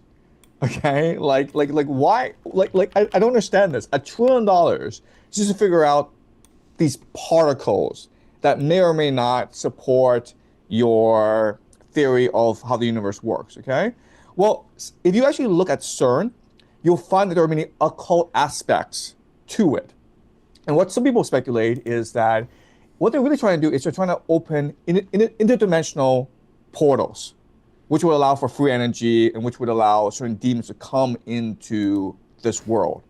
Okay, and I mean that's far more credible than like, they're just smashing particles in the hope of finding new particles, which will help us explain string theory. Okay, $1 trillion is a lot of money, right? So these particle accelerators are one thing to think about. Another thing to think about is there's been a lot of talk about Operation Stargate, right? So the Operation Stargate is a project funded by the federal government to use $500 billion to start to like build data centers around the world. And Ronan Farrow wrote a piece in the New Yorker about Sam Altman and his ambitions for the AI future.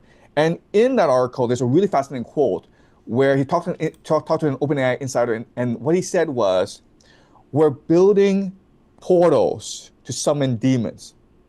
Okay. Sam Altman said this. Yes, not Sam Altman, but an insider that talked anonymously to the reporter Ronan Farrow. Okay, and you can Google this. Okay, Ronan Farrow, Sam Altman, AI data centers summoning demons.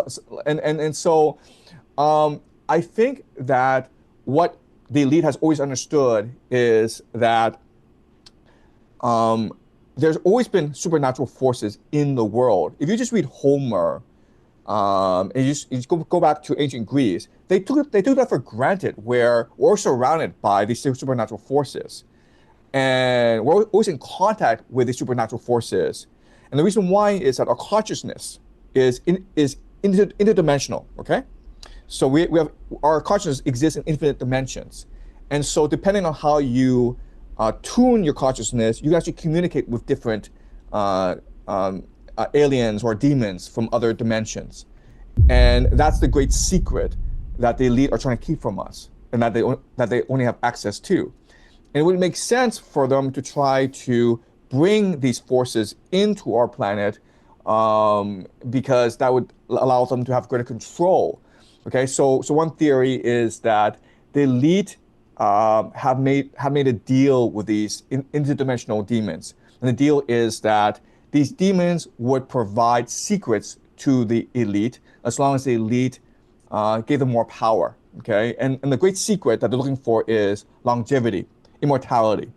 Okay, so these demons have access to eternal life, and but they want control. Okay, so the idea is once you create this AI surveillance state, then the demons will inhabit this AI surveillance state. They will actually manifest themselves through AI, and they'll be able to control the consciousness of everyone. And the elite will become transhuman. They will become transcendental, and they'll be given eternal life, eternal youth in return. Okay, so that's a theory. I don't know how credible this theory is, but if you look at how they're behaving, it does make a lot of sense.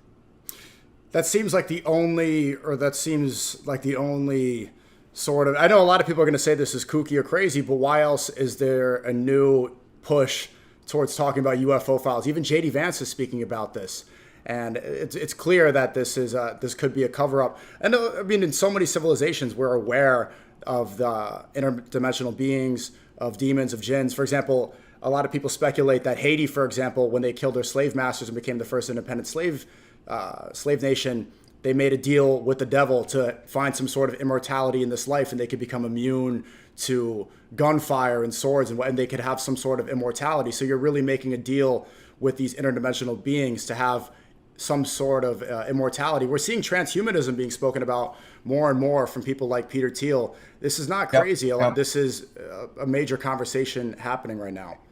And like, all you have to do is just read Homer, the Iliad and the Odyssey. And, like if you read it, it's like he's like literally talking about how we're living with gods and how gods are able to control our thoughts. Gods don't actually intervene physically, but they're able to possess us.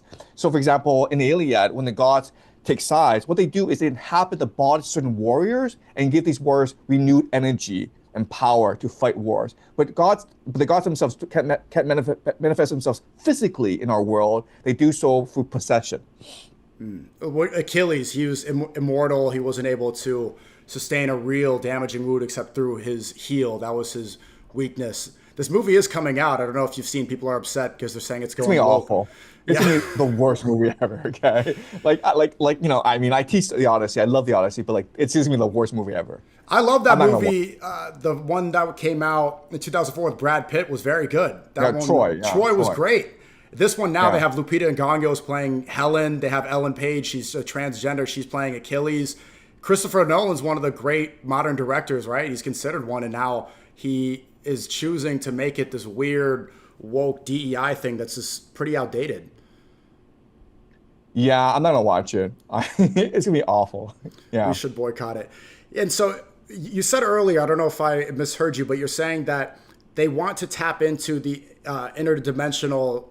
They want to tap into other dimensions in order to access energy. And is this free energy? Yeah, free energy. So if it's a lot of its possession, how do you get energy from different dimensions? And the Muslim belief is that there's the 7 layers of heaven, the 7 layers of hell, and they exist on a plane. If I'm not mistaken, heaven's above and hell is below. And so the access is to get to these spirits that exist in these other realms. How do you get energy from these places? Yeah. Okay. So I don't know the specifics. Okay. So let me try to provide the broad contours of this theory. Okay. So the world works through energy. Okay. And there are different types of energy. There's physical energy, where you just do work, but there's also emotional and spiritual energy, where your emotions emit certain signatures that power this world. And what they say is that the demons feed on this emotional energy, right, through hate, fear, anger. And so they're trying to create as much hatred, fear, and anger as possible through money and competition, capitalism, through wars, through death and destruction. Okay? And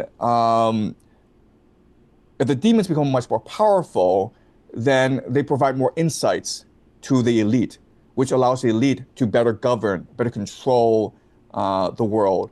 And it will also allow the demons to basically make the elite live forever, eternal youth, basically. And so I think that's a broad contours. It's the idea of energy harvesting, correct? So people make the Yeah, comparison to loosh, loosh. What is yes. this? Loosh. Loosh. So the energy they harvest is loosh, and the idea is that loosh is your spiritual energy. So if you are in a low vibrational state, okay, you have hate, you have anger, you're feeding these demons. Whereas if you are high vibrational energy, which is like you're conscious, you're attentive, you're joyful, then you're connected to the monad. Okay. This is why in Islam we say it's so valuable to pray 5 times a day. People complain like, "Oh, Yes.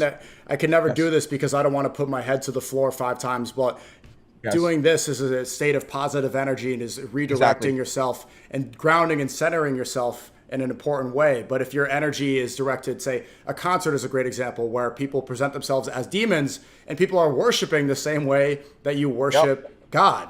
And so now you're worshiping these demons on a stage. You're giving energy. You're harvesting to spirits. Prayer is just meditation, and we know the health benefits of meditation, right? But as you point out, all that it's doing is like focusing your attention in a positive light, right? You're being attentive, you're being present, you're focusing on your connection to God, right? Whereas in normal life, you're distracted by all these affairs you have no control over. You're distracted by war. You're distracted by thugs. You're distracted by this news, and this brings you down, right? And I think that's why, as you point out, the real solution is to discover religion. It's for people to embrace spirituality and religion. Yeah, it makes perfect sense with your theory that consciousness is the #1 form of currency, because if energy can be harvested and directed in a place, this is where true power comes from. Because currency is all fake. Right. It's a Ponzi scheme. It's based off of nothing. You have these IOUs in U.S. Treasury. The real currency, and this is why AI is being pushed so much, is to try to take control of our own consciousness. And that's why AI is so dangerous. Because imagine a situation where like you're just born, you grew up with AI. Well, you would forever lose your consciousness, because it would just all be controlled by the AI, right? You can only think in a certain way. And we're already seeing that in today's society, where the young kids nowadays, you go to the park and they absolutely have no agency. Like every minute of their life is structured in a certain way. So they're either on the iPad, or they're in a class learning something stupid, or they're taking swimming lessons. It's all been so curated. And so like kids nowadays are like zombies, man. They're so like medicated, right? And they're so distracted. They have absolutely no capacity to pay attention. Because somebody's harvested that energy. And for anyone that thinks it's crazy, Exactly. Coachella is very similar to something like, I saw you speak about Mecca and Umrah, which is where people make a pilgrimage in the desert and they go and worship God. Whereas Coachella is where people go to the desert once a year and they all walk around in a circle and they all worship celebrities that are only approved by Israel. And they've even publicly said, okay, Ye's not allowed to perform here. These are the selected celebrities that you must worship. It's their pilgrimage, and it's their way to harvest energy every year. And that energy goes somewhere. It doesn't just fade away. It always, it's transactional. That's what concerts are. That's what movies are, right? So Coachella is just like a high-end version, but like a low-end version of like these concerts you go to, or these movies that you watch. Yeah, that's something we need to be aware of. A lot of people think that stuff's crazy. I see the criticism I hear from you is that they try to, instead of look at what you say, they try to miscategorize your lectures. They don't even seem to watch them, and they say, "Oh, this They is don't. just They crazy don't. conspiracy." It's like if you watch the lectures, this information a lot of people can agree on, and there's real basis and there's real comparisons.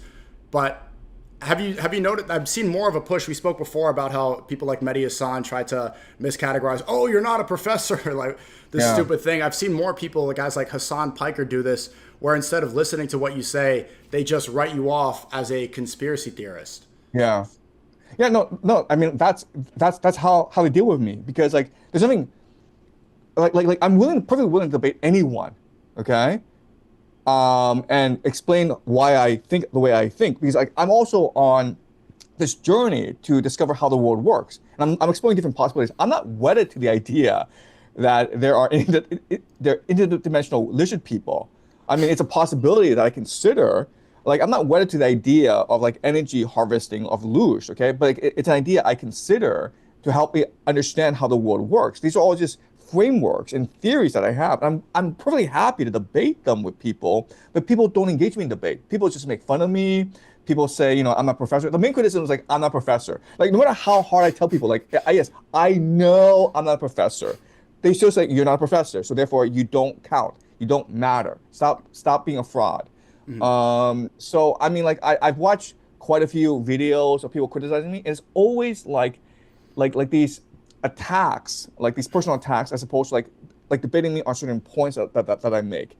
The most that I've seen where they're trying to engage me is like I make these certain historical points. Like for example, I believe that the Battle of Canine didn't really exist. Okay.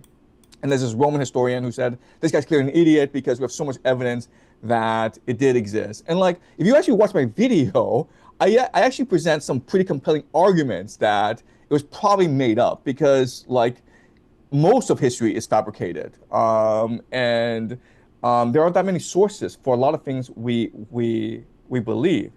So again, I'm perfectly happy to engage people in debate, as long as someone's willing to debate me in good faith. And you say all the time how you're a high school professor, and if they watch the I'm a lectures, high school teacher, I'm a high school teacher. high school Yeah, teacher. yeah, You say yeah. this in almost every single lecture. People were saying that your contract is up soon, correct? That what's your plans for when this changes? Yeah, so I'm gonna leave the school at the end of my contract, which expires in June, and I'm going to try to I want to try different teaching approaches. So in June, I'm going to do a 2-week seminar on Dante. So I'm going to read with students line by line the entirety of the Divine Comedy because I think it's the greatest literary work ever. And a lot of things we discuss, like energy harvesting and demons. Okay, he discusses as well in the Divine Comedy, and everyone agrees that the Divine Comedy is a masterpiece. So I want to do a 2-week live stream on the Divine Comedy, and make it available to anyone in the world. I mean, I believe very strongly that everyone should read the Divine Comedy, and it doesn't matter your culture, it doesn't matter your background, because it's so universal and it's so beautiful. So that's one project that I have in June. In the fall, I will probably visit North America because I've been invited by a lot of people to appear on their podcasts, including people like Theo Vaughn, Sean Ryan, Chris Williamson, Andrew Schultz. So I'm not sure if the invitation is still open, but I feel I want to go to North America and appear on more podcasts and engage in people in more deep discussion because I thought the Diary of CEO went really well. Yeah. And so I value the opportunity to just engage with people much more deeply and much more intimately than the internet allows. So hopefully we'll see each other in New York. Yeah. I want to talk to some professors and make some videos where I try to make my arguments much more scholarly. Okay, so like basically have debates with professors who know the material, where I present my argument and see how he or she responds. I think this is very valuable because for me personally, because I think it's very important to critique myself. and to engage in self-reflection and like to see if my arguments can withstand academic scrutiny. So that's very important. I like seeing that in And your one of your most recent lectures. You were talking about how you went back and forth through the emails with one of your Yale professors, and you were addressing some of the criticisms he had about your analysis. And it seemed like I like to see that approach in your dedication to want to refine your message as much as possible. That is an important approach that we need to have. exactly. So I think it's very valuable for my audience as well because I don't want to end up being a cult leader. You know, like I don't want to start a cult. I want to spread consciousness. I want to spread awareness. I feel it's very important to spread doubt as well. And you do that through debate and through honest discussion. So that's what I have coming up recently. But hopefully, you and I can travel together to Malaysia Yes, let's because do I it. really want I really want to help promote education reform. So like it's great that we have this discussion, but I want us to think about how we can translate this into real world practice, right? How to start schools, how to start movements, how to start communities. Because you went to Malaysia and you can see there's tremendous interest in new ideas there, and there's tremendous following online. And I feel like the next step is to transition from online to the real world and start communities where people can have like these deep discussions about faith, about spirituality, um, um, about geopolitics. There's a huge demand for that. And see, Theo Von, too, he's facing some scrutiny. They're saying that he's crazy. I'm seeing some similar attacks and pushback on him that I see on you. Theo Von seems interested. He's very curious. That'll be a great podcast. What about Joe Rogan? Is JRE did not reach out? There's not been. I would love to be on Joe Rogan. I'm not hopeful. I know he follows me on Twitter, and I know he follows my content, and I think like maybe 4 years ago, he would invite me like just like that, okay? But if you just look at who he's been inviting on his show, Peter Thiel and Mark Andreessen That's and sad. yeah. So I mean, I think he's a really smart guy. I mean, and I watch him a lot, so I would love to have a conversation with him. But maybe not right now. I have some other podcasts to do as well. My analysis, I don't think Joe Rogan's compromised. I see a lot of people say that. I think his pushback on Theo Von comes from a place of friendship because Theo Von was saying some things about his mental health. I do believe that he still is a free man. He brought on Ian Carroll and he allows criticism of Israel. I think that's too soon to say that, but it is interesting that he was very critical of Iran war and then he showed up in the White House and he's right behind Trump. Trump gave him a big embrace at the UFC fight. And it seems like he's now getting more involved in politics, much more than he was before. Very different from that COVID era when he was demonized so much for pushing ivermectin. Yeah, yeah. I mean, what they said was that Joe had become so famous that he felt as though he needed to take a side, otherwise everyone's going to attack him. So after Merton, he became very he started to appreciate how nasty policy could be, and so he decided like I need to pick a side. The podcast is extremely influential, especially for elections. Of course, nobody could expect that to happen. I want to ask you maybe one more about hantavirus. So this was major news for a while, and people are thinking maybe this is another Wuhan lab thing. Maybe somebody ate a bat. Is hantavirus? Is this all fear mongering? What's the deal with hantavirus? I think it's fear mongering. But I think also at the same time, there are a lot of viruses going around. So my children were in Hainan, which is like an island in South China, for the past 6 months, and they never got sick. They've been back for like 2 weeks, and like everyone in the kindergarten is sick. And so there's definitely something going around. We've never been in a situation this serious before, where like there's so much viruses going around in China. So I would not be surprised if there were some more lockdowns.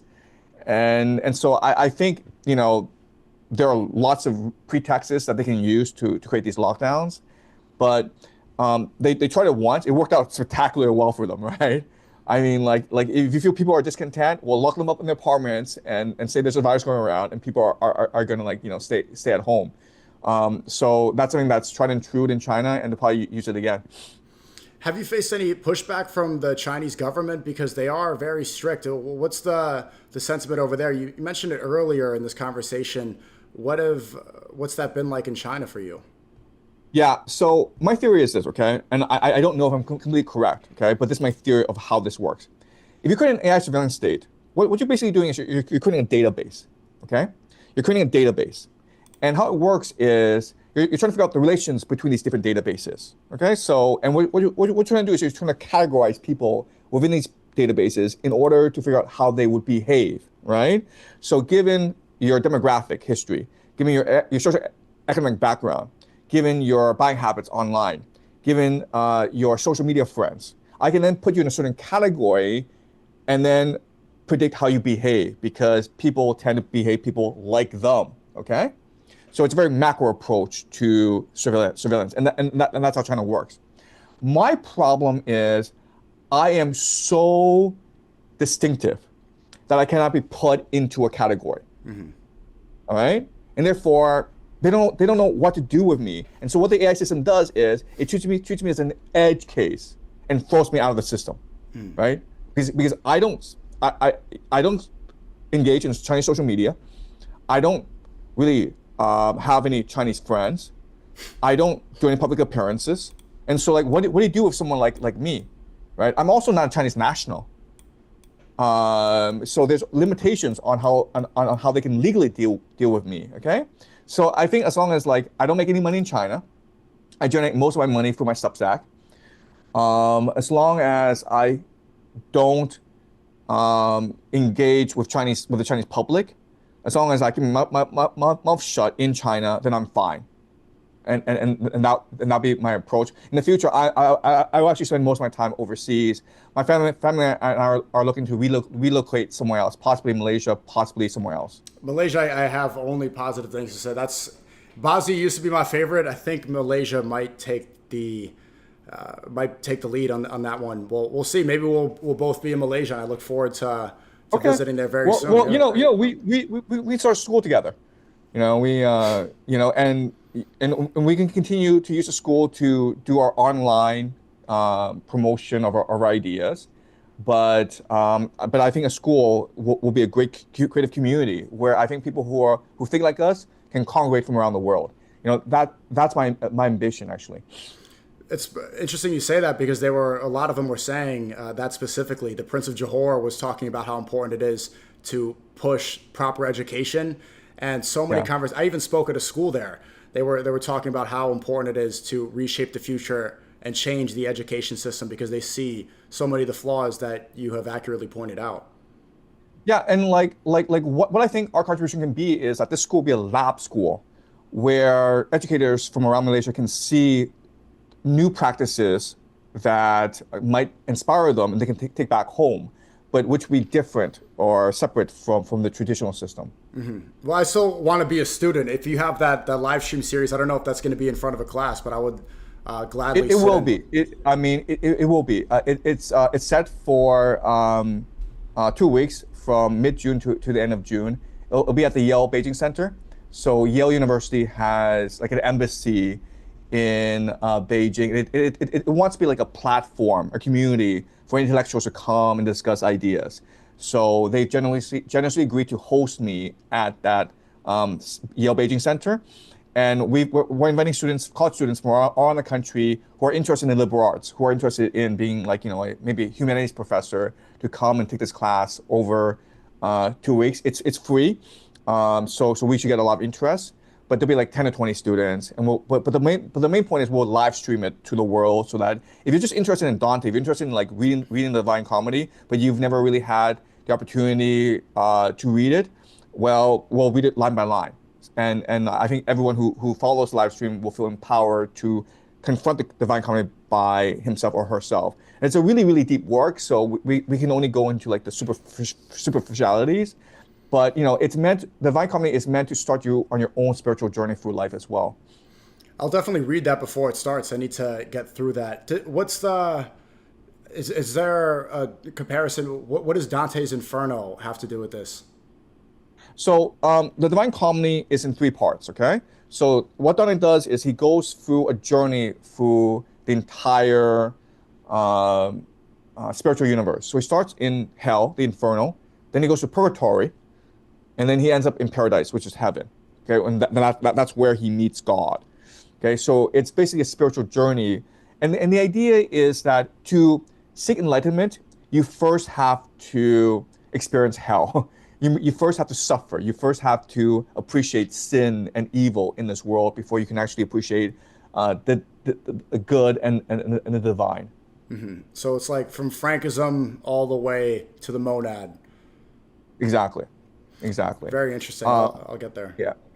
Yeah. But I mean, I think, the great books were designed to be first and foremost human. If you want to know what it means to be human, you read the great books. Right? So by reading the great books, it allows you to become truly human, to understand what it means to be human. And that's why I think that every school should teach the great books, including Homer, including Dante, including Plato. You know, it sounds similar. Have you read Malcolm X's autobiography? It does follow that trajectory in a way. He starts off as a drug dealer and a pimp. His name is Detroit Red. Criminal. Then he goes to jail and he starts to learn more. He takes education seriously. He changes his lingo. He's a black man, but he stops using that ghetto language and saying N-word this, and he starts speaking and dressing and conducting himself in a way where people want to listen. And eventually he finds God, and then he is assassinated. Exactly. That's my favorite book of all time. Yes. That autobiography shaped a lot of my philosophy at a young age. And that's a path to wisdom. Like, you have to experience many different things. You have to fail. You have to suffer in order to achieve enlightenment. And that's why I think some of the most influential people in the world, like for example you and Theo Von and Joe Rogan, they've had unconventional education backgrounds, right? Like if you went to like Yale and you became a lawyer and you spent all your time in Washington D.C., you're not gonna be a very smart guy. I mean, like I know tons of people like that. They're not at all interesting. And they're not very wise. They're successful and they're smart, but they're not wise. If you truly want to be wise, you're going to have to go through a very unconventional life. That's why I was asked this question recently, because I was attacked, and I've been thinking a lot about that situation. They're saying, okay, was this a blessing? And I see, I don't know if you're similar in this way, but when things happen, when I experience hardship, although it sucks, it's not the best, there's part of me that's like, okay, how am I going to become a better person from this? How am I going to learn from this experience? In a way, I embrace the challenge, and I like the fact that I am facing obstacles, because this is how you develop and how you become a better person. Is this how you approach life? Exactly. So my theory is this. My theory is that we all come here with a purpose, okay? We're all these souls that drift in the ethereal realm. We all come with a purpose, okay? And even before we are born, we tell ourselves what our purpose is. And some of us are more enlightened than other people, and we tell ourselves our purpose here is to learn. Our purpose here is to transcend, okay? In which case, you're gonna have a hard life. In which case, because your purpose is to learn, you've come and the universe has established a very hard life for you. That means you're born into an unfortunate circumstance. Your parents aren't that great, you're poor, you're gonna experience hardship, okay? But that's because your purpose here is to learn. And because you know what your purpose is, each time you encounter adversity, that enables you to ascend higher, okay? And so the one way that you know who's truly blessed and who's truly great are those who have survived the greatest adversity. Because first of all, they came with a very specific purpose, which is noble. And second of all, they're able to transcend their circumstance because they've always understood the nobility of their purpose. That's my theory anyway. You seem a lot more optimistic. There was a period, because especially the war was extremely draining at a point, and I was weighing on you, it was weighing on me. You seem to have found your center again, and it seemed like you're much more optimistic about the future right now. Is this true? Yeah, the main reason why was that when the war happened, I was alone in Beijing because my family were in Hainan. And then on late April, my kids came back and my wife came back. The major difference is that when my kids aren't around, I live a very free life. Okay, it's very unregimented. I get up when I want to. I just loaf around the house and I just do what I'm supposed to do. Okay, and so and I was distracted by this war, and this made me feel hopeless. But then my kids come back, and like I need to get up at 6 o'clock in the morning because like I need to take my kids to school. And when I come back, I have to make breakfast, and then I have to go pick the kids up, and it's a very regimented life, okay? And so I feel as though there's meaning and purpose and direction to my life, and being with my kids, hugging them, seeing their smiles, just fills me with energy and purpose and optimism.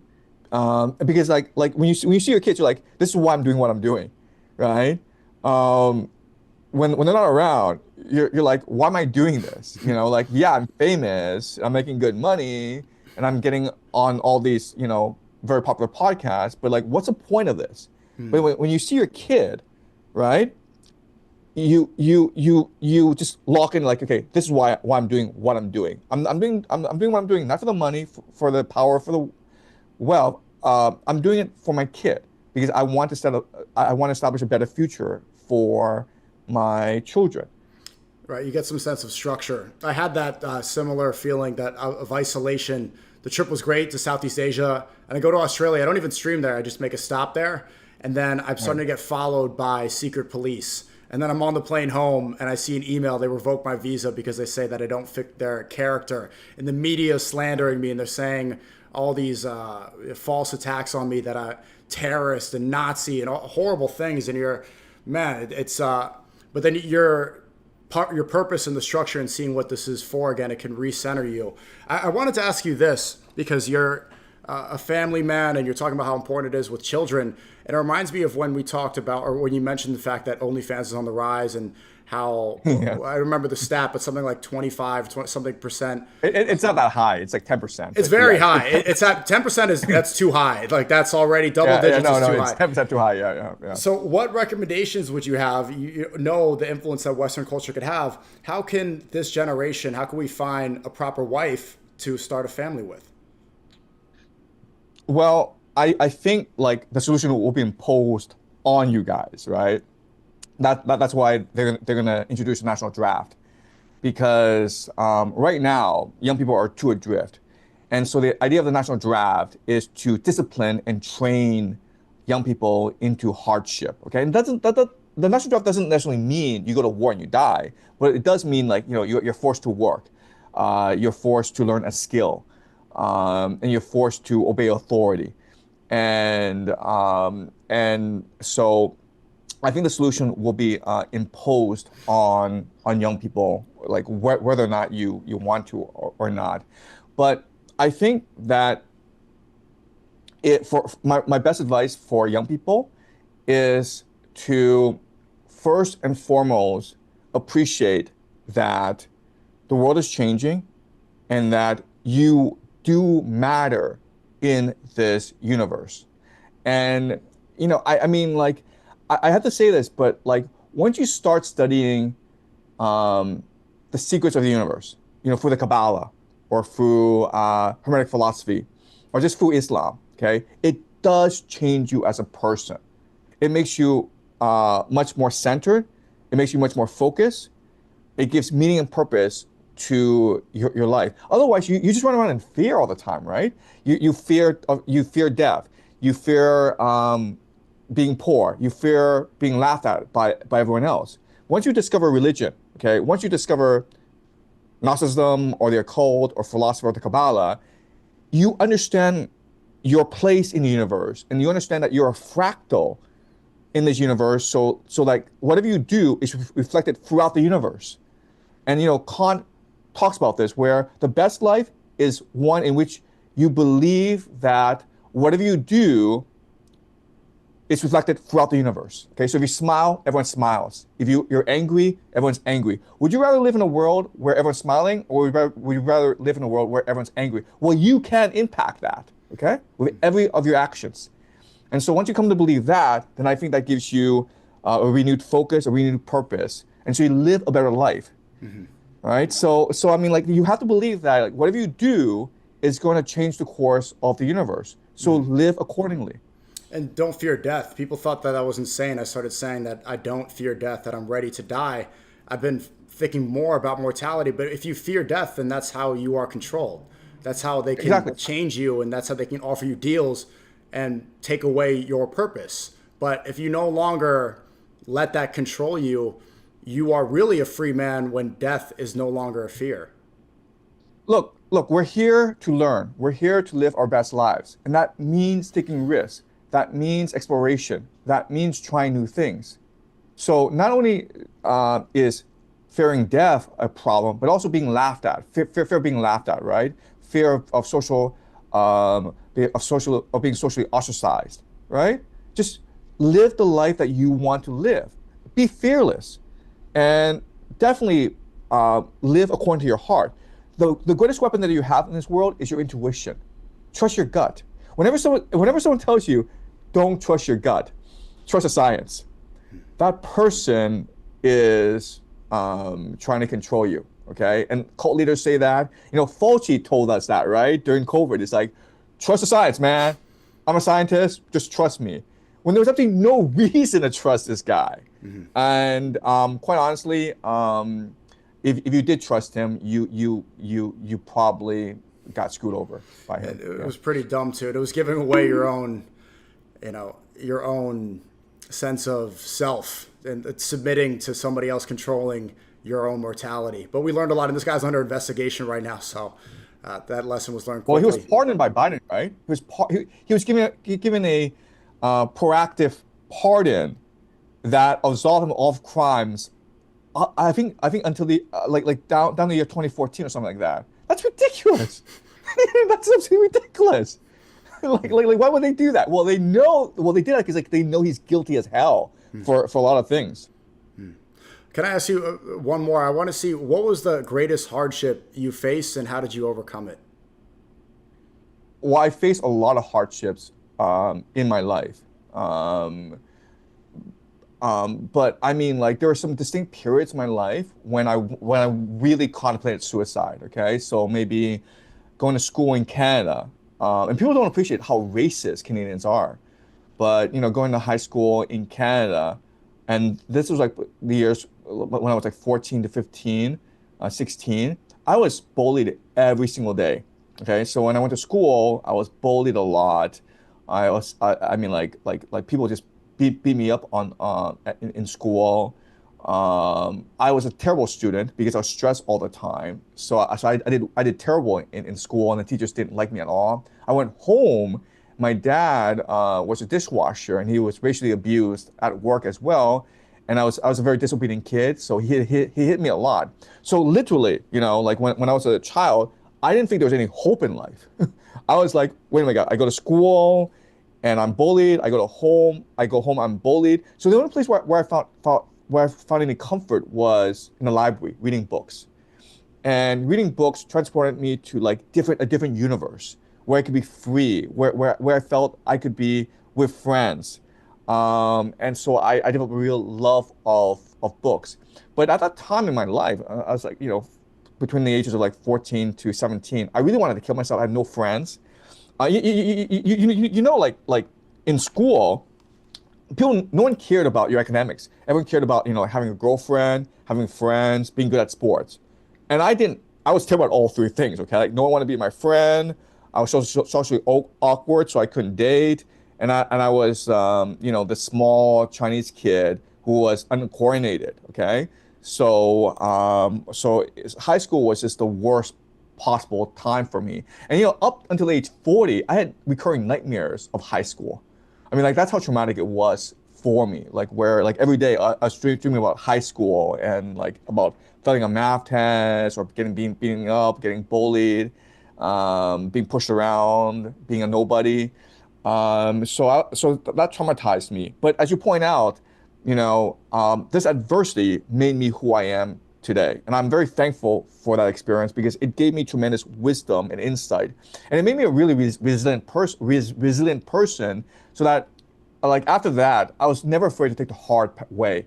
I was never afraid to take a path that was unconventional and that was risky. I stayed true to who I am. Where there were many times in my life when I was like really dirt poor, and I could have like sold out and became like a PR guy, or like seriously, like public relations is being a prostitute, like literally being a prostitute. I worked for the United Nations for 6 months as a PR officer, public relations, and that was like one of the worst experiences of my life. And I had to quit because I couldn't sleep at night. I was poor for most of my life, and like this past year, because of my Substack, I'm making good money. But before that, my entire family was very had a lot of financial hardship. So I feel that this is like a turning point in my life, and I don't want to go back to being poor, but at the same time, I'm not afraid of being poor. So like if I say something stupid online and I get canceled, I'm not afraid of that. I'm like, you cancel me, or like take away my Substack. I don't care because I've been poor before. I know what it's like. For me, what matters is being true to myself, speaking the truth, and constantly fighting the good fight. And I support and hope that you continue doing this fight. It's inspiring, and it's always a pleasure hearing you speak, Professor Zhang. Look forward to future collaboration. I did speak to Professor Morandi. We'll schedule that. I'll email you and see. Yeah. I mean, like again, I think he's one of the most courageous individuals right now. I mean, and I can't believe, I think it's hard to imagine how much difficulty and how traumatic it's been being an Iranian right now. Mm-hmm. He's one of the few with internet. So I spoke to him recently. He was in a coffee shop and he got internet connection. He did say that he wants to. So I don't know. I mean, I know that you want to do these monthly collaborations, but within the next couple of days, if he's free, would you be? Yeah, absolutely. Perfect. Absolutely. Yeah. And I'll keep trying to do these panels. David Icke, I would love to bring him on. Others as well. I would love to have a conversation with David Icke because we agree on so much, and I don't understand why. What's the beef between us? But I would love to have a conversation with David Icke. And I mean, like, he knows a lot more about energy harvesting and the contract between the elite and these demons than I do. So I would love to ask him some questions and learn from him. Especially with the new UFO conversation. You said a great thing earlier. I don't know if people in the chat remember about unity, that is their number one trigger word, 100%. These panels, these conversations, this is a proper step in the right direction towards unity. Absolutely. Yeah. Thanks again for coming on, Professor Zhang. Always a pleasure, and I look forward to speaking to you soon. Okay, great. Okay, take care. Bye-bye. Bye. Talk soon.